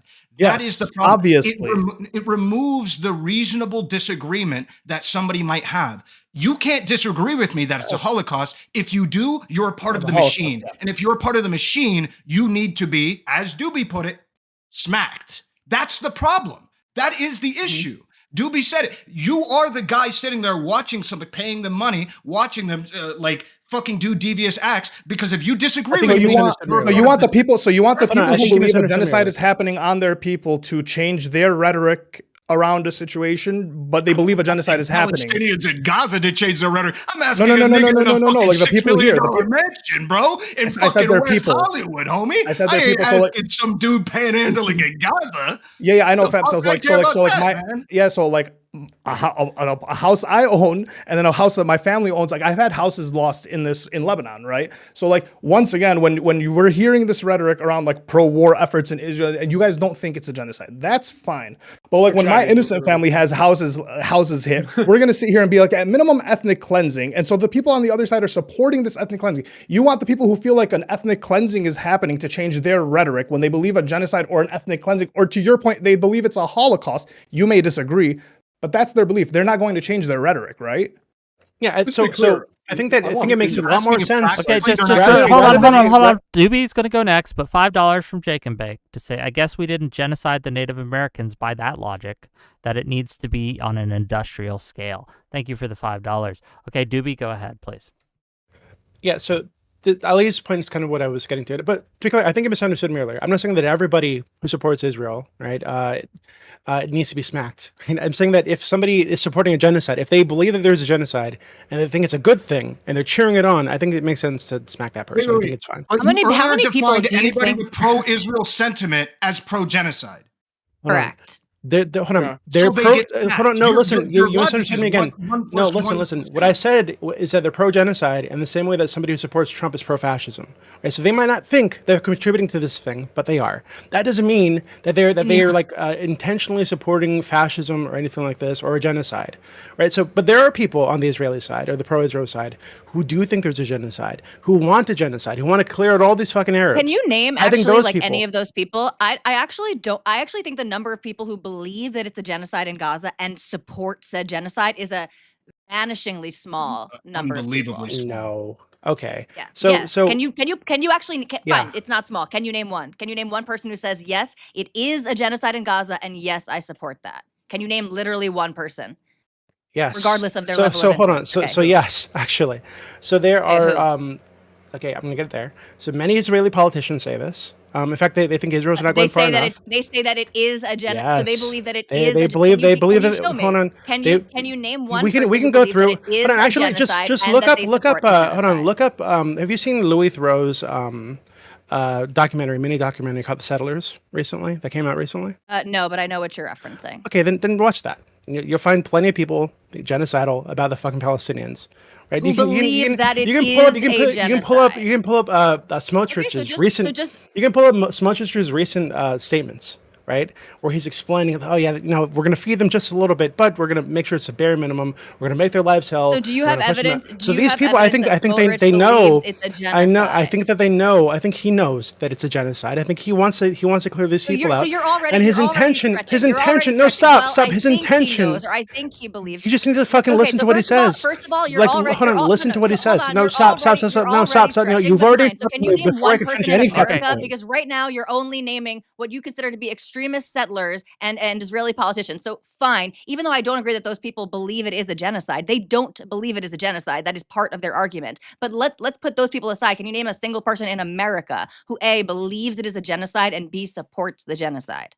Okay, so when Randy Fine in the U.S. says that it might be okay to nuke Gaza, do you think that he thinks it's a genocide and that the genocide might be a good thing? I don't think he thinks it's a genocide. I think he's fucking crazy, but I don't They're think gonna get you on. They don't believe it's a genocide. They don't. They're gonna get you on. They don't intentionally believe it's a genocide. No, we're not trying to get you. These calling people, for the nuking of Gaza, they say or Bilal explicitly it is not a genocide. advocating for not just starving the Palestinians, but destroying everything in Palestine, every building in Palestine, making it unlivable, to force these people to leave, making them suffer so they need to leave, right? So yeah, I mean, we can say, oh well, maybe he's supporting all this genocidal shit, openly advocating for genocide, but maybe he doesn't think it's genocide to do genocide. Like, that's fucking ridiculous. Like, I'm sorry, that'd be like if somebody's like committing the fucking on the fucking Trail of Tears. On the Trail of Tears, I'm like, oh, we're just moving these Indians. Who gives a fuck? We're just moving them. It's not a genocide. Thank you for the 20 gift subs, grassroots hegemon. Thank you very much. Like when various Israeli politicians just advocate, say that the babies are the enemy. We need to kill the babies too. Like, I think that they know that what they're advocating for is genocidal. Like what? Like, come on. They're trained from the age of 2 to hate us. I argued and what I believe is that the vast majority of people who are pro-Israel are not like, oh yeah, I'm supporting Israel because they're committing a genocide. I'm supporting a genocide. I agree with that. And as a absolute heat check, I cannot fathom the idea that you guys have sat here and then said you understand how a shooter can come out as a result of all of this stuff, but you can't understand that most people who are pro-Israel are probably not thinking there's an active genocide. Or like, yeah, I just don't. Yeah, I said that. I agree with that too. I said that. That's what I said earlier. I never said they believed there was an actual genocide. I think most people. So then that was the point. Is the vast majority of people who are pro-Israel do not believe that there's a genocide. Right. And they're supporting Israel in either their right to defend themselves or whatever. Then the following thing, the main issue again that I'm having is that the on the opposite side of that coin is that if you do not believe it's a genocide, there's a large, very vocal group that is pushing rhetoric that's saying if you don't think there's a genocide and you give any support to Israel, you are a part of the machine that is committing you become a target. Well, you are. Yes, and then if you're neutral, if you were neutral towards if you were neutral towards the Nazis, right? You're like, I don't believe they're doing something, and the person who knows or believes they're doing something, yeah, they're gonna see you as part of their, like, oh, you're just being negligent to the situation. I mean, obviously, you're either ignorant or you don't care enough. You're willfully ignorant about this thing that's happening. Disagreements over that, have conversations of disagreements over that, and not resort to violence or killing. That's once again, you have a group of people who believe a genocide is happening, and you want them to have calm civil conversation while they believe a genocide is happening, funded by their dollars. Specifically on American soil. Like, it's one thing if we're saying, like, okay, yeah, you want to have a calm conversation with Netanyahu, that's ridiculous, and it's like, at least I kind of get that. But like, we're talking about like just like fucking like people going to this conference in like fucking America, and it's like, what? Like, I hate to interrupt, but I have to. 20 more gift memberships, grassroots. Nice. Fuck yeah, get your money, Wick. Thank you. But I was going to end this video. We're going to keep this shit. Zetzway for $20 to say Relay and Doobie arguing Israel-Palestine. 10 out of 10. Take my money. Thank you for the $20. continue to give me money, and we'll continue to go. Okay, that's Yeah. the rule. Okay, as long as you keep funding my machine, right? The machine will turn, and Yeah. we will continue generating content. And The yes, that Wix is a threat. civilizational ending Oh, machine. okay. That is this Shenandoah, channel. go ahead, please. I didn't mean to cut you. Oh no, I actually finished my point. I was gonna let him respond. Go ahead then. No, I was just saying that, like, I yeah, can like in the space. context of America specifically. I'm sorry. Can you Wait, repeat so, what your question was? Oh, I my point spaced. was like okay, nah, it's fine. I do that sometimes too. I was gonna say, like, in America specifically, like, yeah, I kind of expect people not to like kill each other for their opinions. I can understand, like, hey, look, if it's like you're literally in Gaza, like, hey, that's one fucking thing. You know what I mean? Yeah. But like we're talking about like a kind of a different political situation where it's like, Mhm. well, you know, I don't know. It just seems kind of like it seems like a reasonable standard to say, like, I don't think So- people should be killed in America for like going to a pro-Israel conference or something. Yeah. So when this started, there wasn't people getting killed in the streets for this. People tried to protest, people tried to have conversations, people tried to yell at the politician. They even, I think, omitted their vote towards the Democratic Party in order to show that, hey, we don't support what's happening, right? Let's And see how well that worked out. yeah, Fuck. well, hope wait, it worked out great. Yeah, now Gaza's gonna be the at Democratic Party I'm realized the depressed about Democratic Party should have realized they lost a vote by not hearing and listening to the people. Don't plug your ears when people are telling you, hey, we believe a genocide is happening in the streets. So like they tried the whole like protest, peaceful conversations. Then Trump gets elected. This guy BB gets fucking free haul. And so yeah, people finally snapped because they're like, no one is listening to us. So people are going to snap. Yes. That's in what fact, that's in what fact, the response by the administration has been here to because I fundamentally disagree with this. Can you give me the mass killings that happened in Canada, the mass killings that happened in France, and the mass killings that happened in the UK? I was talking about. I thought we were keeping it to America, but okay. No, and the reason why is because we're talking about peaceful protest, peaceful resistance. Because Macron, the UK, and Canada all signed an agreement that's like, hey, we're going to sanction Israel as a result of the recent conduct. And as far as I know, there hasn't been mass killings of people at the embassies in those countries. So if that's the case, it seems like peaceful protests can work. Sustained, consistent, peaceful protests. I think the situation in the U.S. is a little bit like you're comparing because small the response from the administration.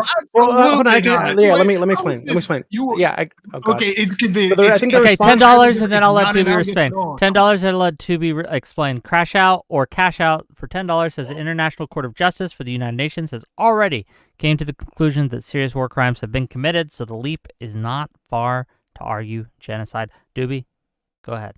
Yeah, so I think the issue is that the response from the administration hasn't been to like soften rhetoric in favor of Israel or to soften policies in favor of Israel. It's been the opposite, right? The Trump administration is not only continuing to fund the war, continuing to send weapons, but they're imposing or attempting to oppose speech laws in the U.S. that conflate criticism of Israel with anti-Semitism, and require colleges to crack down on that speech and to expel people.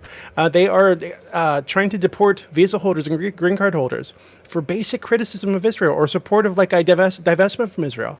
So because the response from the administration hasn't been to like listen to the populace, but instead it's been to try to suppress this speech, I can understand why some people would like say, Stop hey, with the understand. I don't give a fuck what you Yeah. understand. I give a fuck what you justify. Okay? I don't give a fuck what you understand.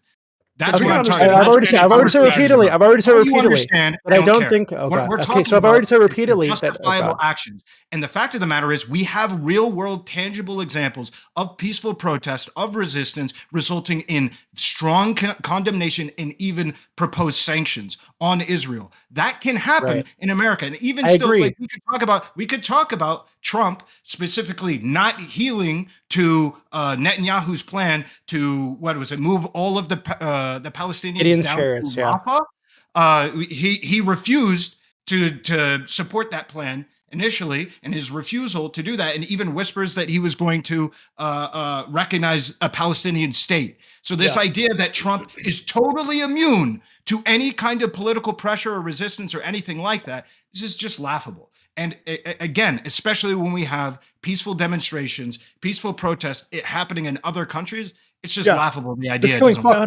fuck you're the like- cause. It's definitely a just to be negative. I clear- don't justify it. It shouldn't Yeah, have I've already happened. said You shouldn't repeatedly endorse it. it's Like not all good. of these things are That I think it's true, but totally I'm- counterproductive. Yeah, so I've said repeatedly, I think it's counterproductive. I think the guy should get the death penalty. I think that this is like absolutely going to be used as propaganda. I think he's a fucking idiot for doing this. I don't justify this at all, right? However, the reason I'm saying I understand is that we're talking about the environment and the rhetoric and why things are so inflamed. I think this is why things are so inflamed, right? We have a very pro-Israel administration. I agree with that. I think that recently, and I think this is more due to Trump's ego about like his interactions with Netanyahu, and he feels that Netanyahu's been leading him on again because this is a criticism that he had the last time he was in office. I think that he has pulled away from Israel a bit, which I think is a good thing. But I mean, who knows how far that's going to go, right? So I think that might lead to a I'll boil it down. I think that the way to get the rhetoric and the inflammatory nature of all this to cool down in the U.S. is for the administration to stop just like fucking deep throating Israel's cock 24/7. And I think they've shown signs that they might be able to do this, right? But I don't think we're there yet. And I also think it'd be for Israel to stop the fucking genocidal rhetoric, stop giving these crazy ass speeches to their politicians, to stop justifying all this evil shit that they're doing. I think that's how you get it to stop. Because I think what we're seeing right now is just like a natural emotional reaction from people who are unstable. Stop the bullshit. I hate this natural emotional reaction. No, they're not controlling themselves. I hate these excuses after excuse. Oh, it's just natural. It's a natural concept. No, it's crazy people doing crazy shit. Okay, stop with it. Like you're using the word not natural. natural Talk about like a rolled dice and proc chance. I mean, I've said before. You can talk about the oh yeah, when crazy things are happening, there's going to be crazy people who do crazy stuff. Yes, but when you're using the word natural and you're loading it in this way, it's absolutely ridiculous. No, it is actually, not some that's natural. actually, hold on. That's a great and it's point. not natural for me to go out and fucking blow people's heads off. Wait. You actually just pointed out there is a bit of doublespeak happening. So you guys are on the one hand saying, I completely condemn this. Not only is it harmful to the cause, but it's crazy and the person should get the death penalty. And so you're sort of acknowledging this is a crazy person, not what a normal person would do. And on the other hand, you're saying, but of course, any reasonable person who sees the genocide is going to feel so angry that their peaceful protest isn't working. No. So which one is it? Is it the natural consequence of such an ugly genocide? The reality is that they're crazy people, and the natural consequence of inflaming crazy people is that they lash out. Like so, we said repeatedly, any reasonable person should know that shooting civilians is counterproductive. You're right there, bro. You're literally right there. That's ridiculous. That's ridiculous. Yes, Hassan should not be any reasonable person should know that shooting civilians is going to lead to counterproductive results. Anybody should know that. Therefore, we should exercise restraint and control when we're influencers to be able to control the things that we say. It's not hard. I'm also willing to say that, like, yeah, they should also not be like doing horrible things and doing an ethnic cleansing. That will also make the situation better. But I also think that, yeah, when fucking media personalities are like, hey, I think all these people should go. That's gonna make shit worse. Remove Hassan. You don't think this happens? Like without like an influencer saying these things, you don't think the same result would have happened with or without an influencer? Shooting? Just to be clear, I think it's a multivariate problem. I think there are multiple reasons. Like, of course, yes, it is a bad situation, but I think Hassan is making it worse. Like, I do think people like Hassan are making it worse. Much of the same way where it's like, but we still have a culture war without Tucker Carlson? Sure, but is Tucker Carlson making it worse? Should he not fucking say that trans people should be, like, locked up? Then yeah, of course I'm not gonna fucking say that. Exactly. Yeah. Correct. Yeah, like, okay.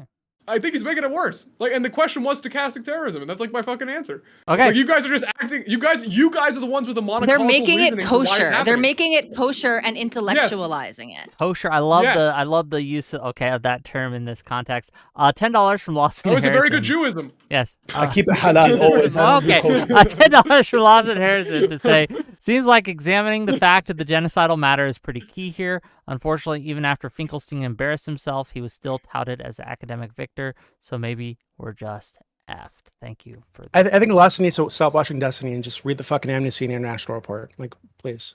It's so stupid. Lawson needs to keep Wait, reading. who brought it? Wait, what? He can Destiny? read. Yeah, Lawson needs to stop watching Destiny. Oh, okay. And read the report that I mentioned because it's very detailed. I don't know how the fuck he got to that report, and I think there's a genocide. Okay. Well, gang, this has been a robust discussion. I'm tempted to keep it going, but I think we've kind of hit an impasse, if you will. I'd love to have further discussions about this in the future, and we probably will, especially more in the sense of is there a genocide and things like that. I would love to hear Tali and Doobie go at that. I will love to talk about that and the ethnic state thing. Yes. We'll get there. But for now, unfortunately, I have to bid you all adieu. Thank you, everyone, for coming on the show. Doobie, thank you for being a bit of a last-minute replacement. Tali eventually showed up, but I think you made the panel better by your presence. Thank you. Thank you to Relevant, to all these people. I'm going to give them all a chance to have closing statements and shout themselves out. Links to everyone is in my description, and you should check that out on YouTube. If you've liked this content, hit that like button, hit that subscribe button. We do these conversations all the time. On Monday, we're going to have Not So Erudite and the Misfit Patriot. And we're probably going to be talking about rhetoric and responsible rhetoric as well as a few other things, free speech, etc. And yeah, that's what we got coming up next week. We probably have some other stuff coming up. If you have ideas you want on the show, hit me up on Discord or on Twitter when the Twitter starts working. I'm always ready for your ideas. Still waiting on the contract from Andrew Wilson and the $20,000 to box him. I did put out a recent little short of me opening 8 jars in a row, mogging him a bit. I encourage you to check that out. But for now, let's give the mic to, let's start with Tali, and we'll let Ali have the last word. Tali, close us out, please. Thank you, Wick. First of all, I just want to apologize to everyone for being late. I'm disappointed that I missed the first half of the conversation. That's totally a loss on my end, and I will definitely be watching it back right when we finish here. But yeah, I think we all basically agreed that we do not hold the individual influencers responsible for this crime, but that there needs to be a serious rhetoric check, a serious vibe check within these different communities and within the discourse at large, because people are raising the alert level and it is being directed at our fellow American citizens, and that is not acceptable. Okay, thank you for being here, and yeah, appreciate you. Links to her stuff is in my description. Shenandoah, my little ex-terrorist buddy, how you doing? Thanks, you. Go I ahead. appreciate my little wick. I appreciate it. So yeah, my name's Chairman Shenandoah. I stream on Twitch, and I'm just starting up my YouTube. Anyway, I think it's pretty simple. I think this panel itself was pretty much a sign of like people engaging in stochastic terrorism, and I think that makes shit worse. Now, whether you could say that like, hey, look, the original causers of this problem are like Bibi and Hamas, I totally agree, and I think those guys are fucking awful. But I think we as influencers have some responsibility to like not actively make a bad situation worse, and I think it's a real problem that we keep seeming to do it for some reason. So, yeah, that's it. That's my whole point. Thank you. Oh, thank you for being here. A link to his stuff is in my YouTube description, and we're gonna raid out to him after we're done here. So thank you, and thank you for the 10 more gifted memberships, Grassroots Hegemon, and thank you, Rabid Wombat, for the tier 1 subscription on Twitch, and No Cow Mike for the Prime subscription. Thank you, thank you. Irrelevant, go ahead. Okay, so kind of closing thoughts. Yeah, rhetoric can cause people who are unstable to do unstable things. It can make them feel justified in doing it, and especially when you give them a platform where they feel like they are the savior, they're the guardian for doing whatever it is you might be inciting them to do. So we have to be careful with that. On the natural point, I can understand the argument of natural as far as like these things are going to happen just like as a byproduct, like a rolled chance because there's insane people. I can understand this. But when in a conversation talking about the moral justifications, I feel like it doesn't really have a place, especially in the context of like these large creators. We're saying, oh, it's understandable why they do them. No, we're going to hold them to a standard that it's in a conduct that it seems like many of the people here are capable of doing. I don't think we're like morally superior to all of those different people. We're like intellectually superior to them. We're just built different. No, they can be held to the same standard we are, I promise. So that's just all that this was meant to be. My name is irrelevant on all platforms. No, thanks Thank for you. being here. We need to have you back more often, man. You're always a pleasure to have. Much Thank love, you. brother. Okay, Doobie. I think that I I have an issue with the entire conversation. I think that calling for like a softening of the rhetoric during what I consider to be a genocide, to be clear. I don't know how you talk about mass civilian death, intentional civilian killings, the starvation of civilians intentionally is collective punishment, the various rapes in detention centers, the torture as a common practice, the use of like human shields, etc. Like all these evil, terrible, deplorable things that Israel's been engaging in for years now. I don't know how the fuck you talk about that in a way that's soft without lying, without being dishonest about how horrible it is. I think that the reality is we're talking about things that are genuinely fucking brutal and disgusting. And I think you need to be honest in the way you discuss those things, because not like discussing them in this with this honest like language, which is going to be harsh, which is going to be uh, hard to listen to in a lot of cases, is really just running cover for these things. You're softening the reality, right? You're shaping the reality of what's happening, people's perception of that reality, with your softened language. And I think these things deserve honest language. I think they deserve the truth. Okay, thank you for being here. I do appreciate you jumping in, kind of a impromptu, last minute. Thank you, appreciate you. Next up, last but certainly not least, Sociologic Ali. Yeah, so so long as there is a perceived genocide, a minimum ethnic cleansing of a people, and two people at odds with that, a country and a group of people who believe that that country is doing a thing to them, you're going to have a rhetoric that's going to be inflamed. I don't know how you expect the people that are on the side that believe that an ethnic cleansing is happening with their money and have them have their people being affected. It is I don't know how you're going to de-escalate people's conversation when they tried protesting, they tried being peaceful. It didn't seem to work, and it seems that the other side just became more emboldened, continued to do what they were doing. Obviously people are going to have a problem with that. In terms of doing terroristic acts, don't kill people in the streets. It's never going to help your side. It's never going to help your cause. It's never going to do anything. You're not even going to feel better afterwards because it's just two people, and hopefully you'll be jailed and caught and whatever it may be. So just don't do that. For all things, online, you can find me at Sociologic with 2 L's, and as always, free Palestine. Okay, thanks again, all of you, for being here. Tune in next week for more great content, more great guests, more great conversations. If you want to find us in the interim, check me out on Twitter or on Discord, where I will be actively tweeting and discording away. With that, we're going to write out Chairman Shenandoah. I love you all. Wave bye, everyone. Oh wait, you're coming to me. Bye. See ya. Yes. Well, you were kind enough to come on my show, right? And all that thing. But anyway, Well, I appreciate I'm that gonna a end lot. this stream. Thank you.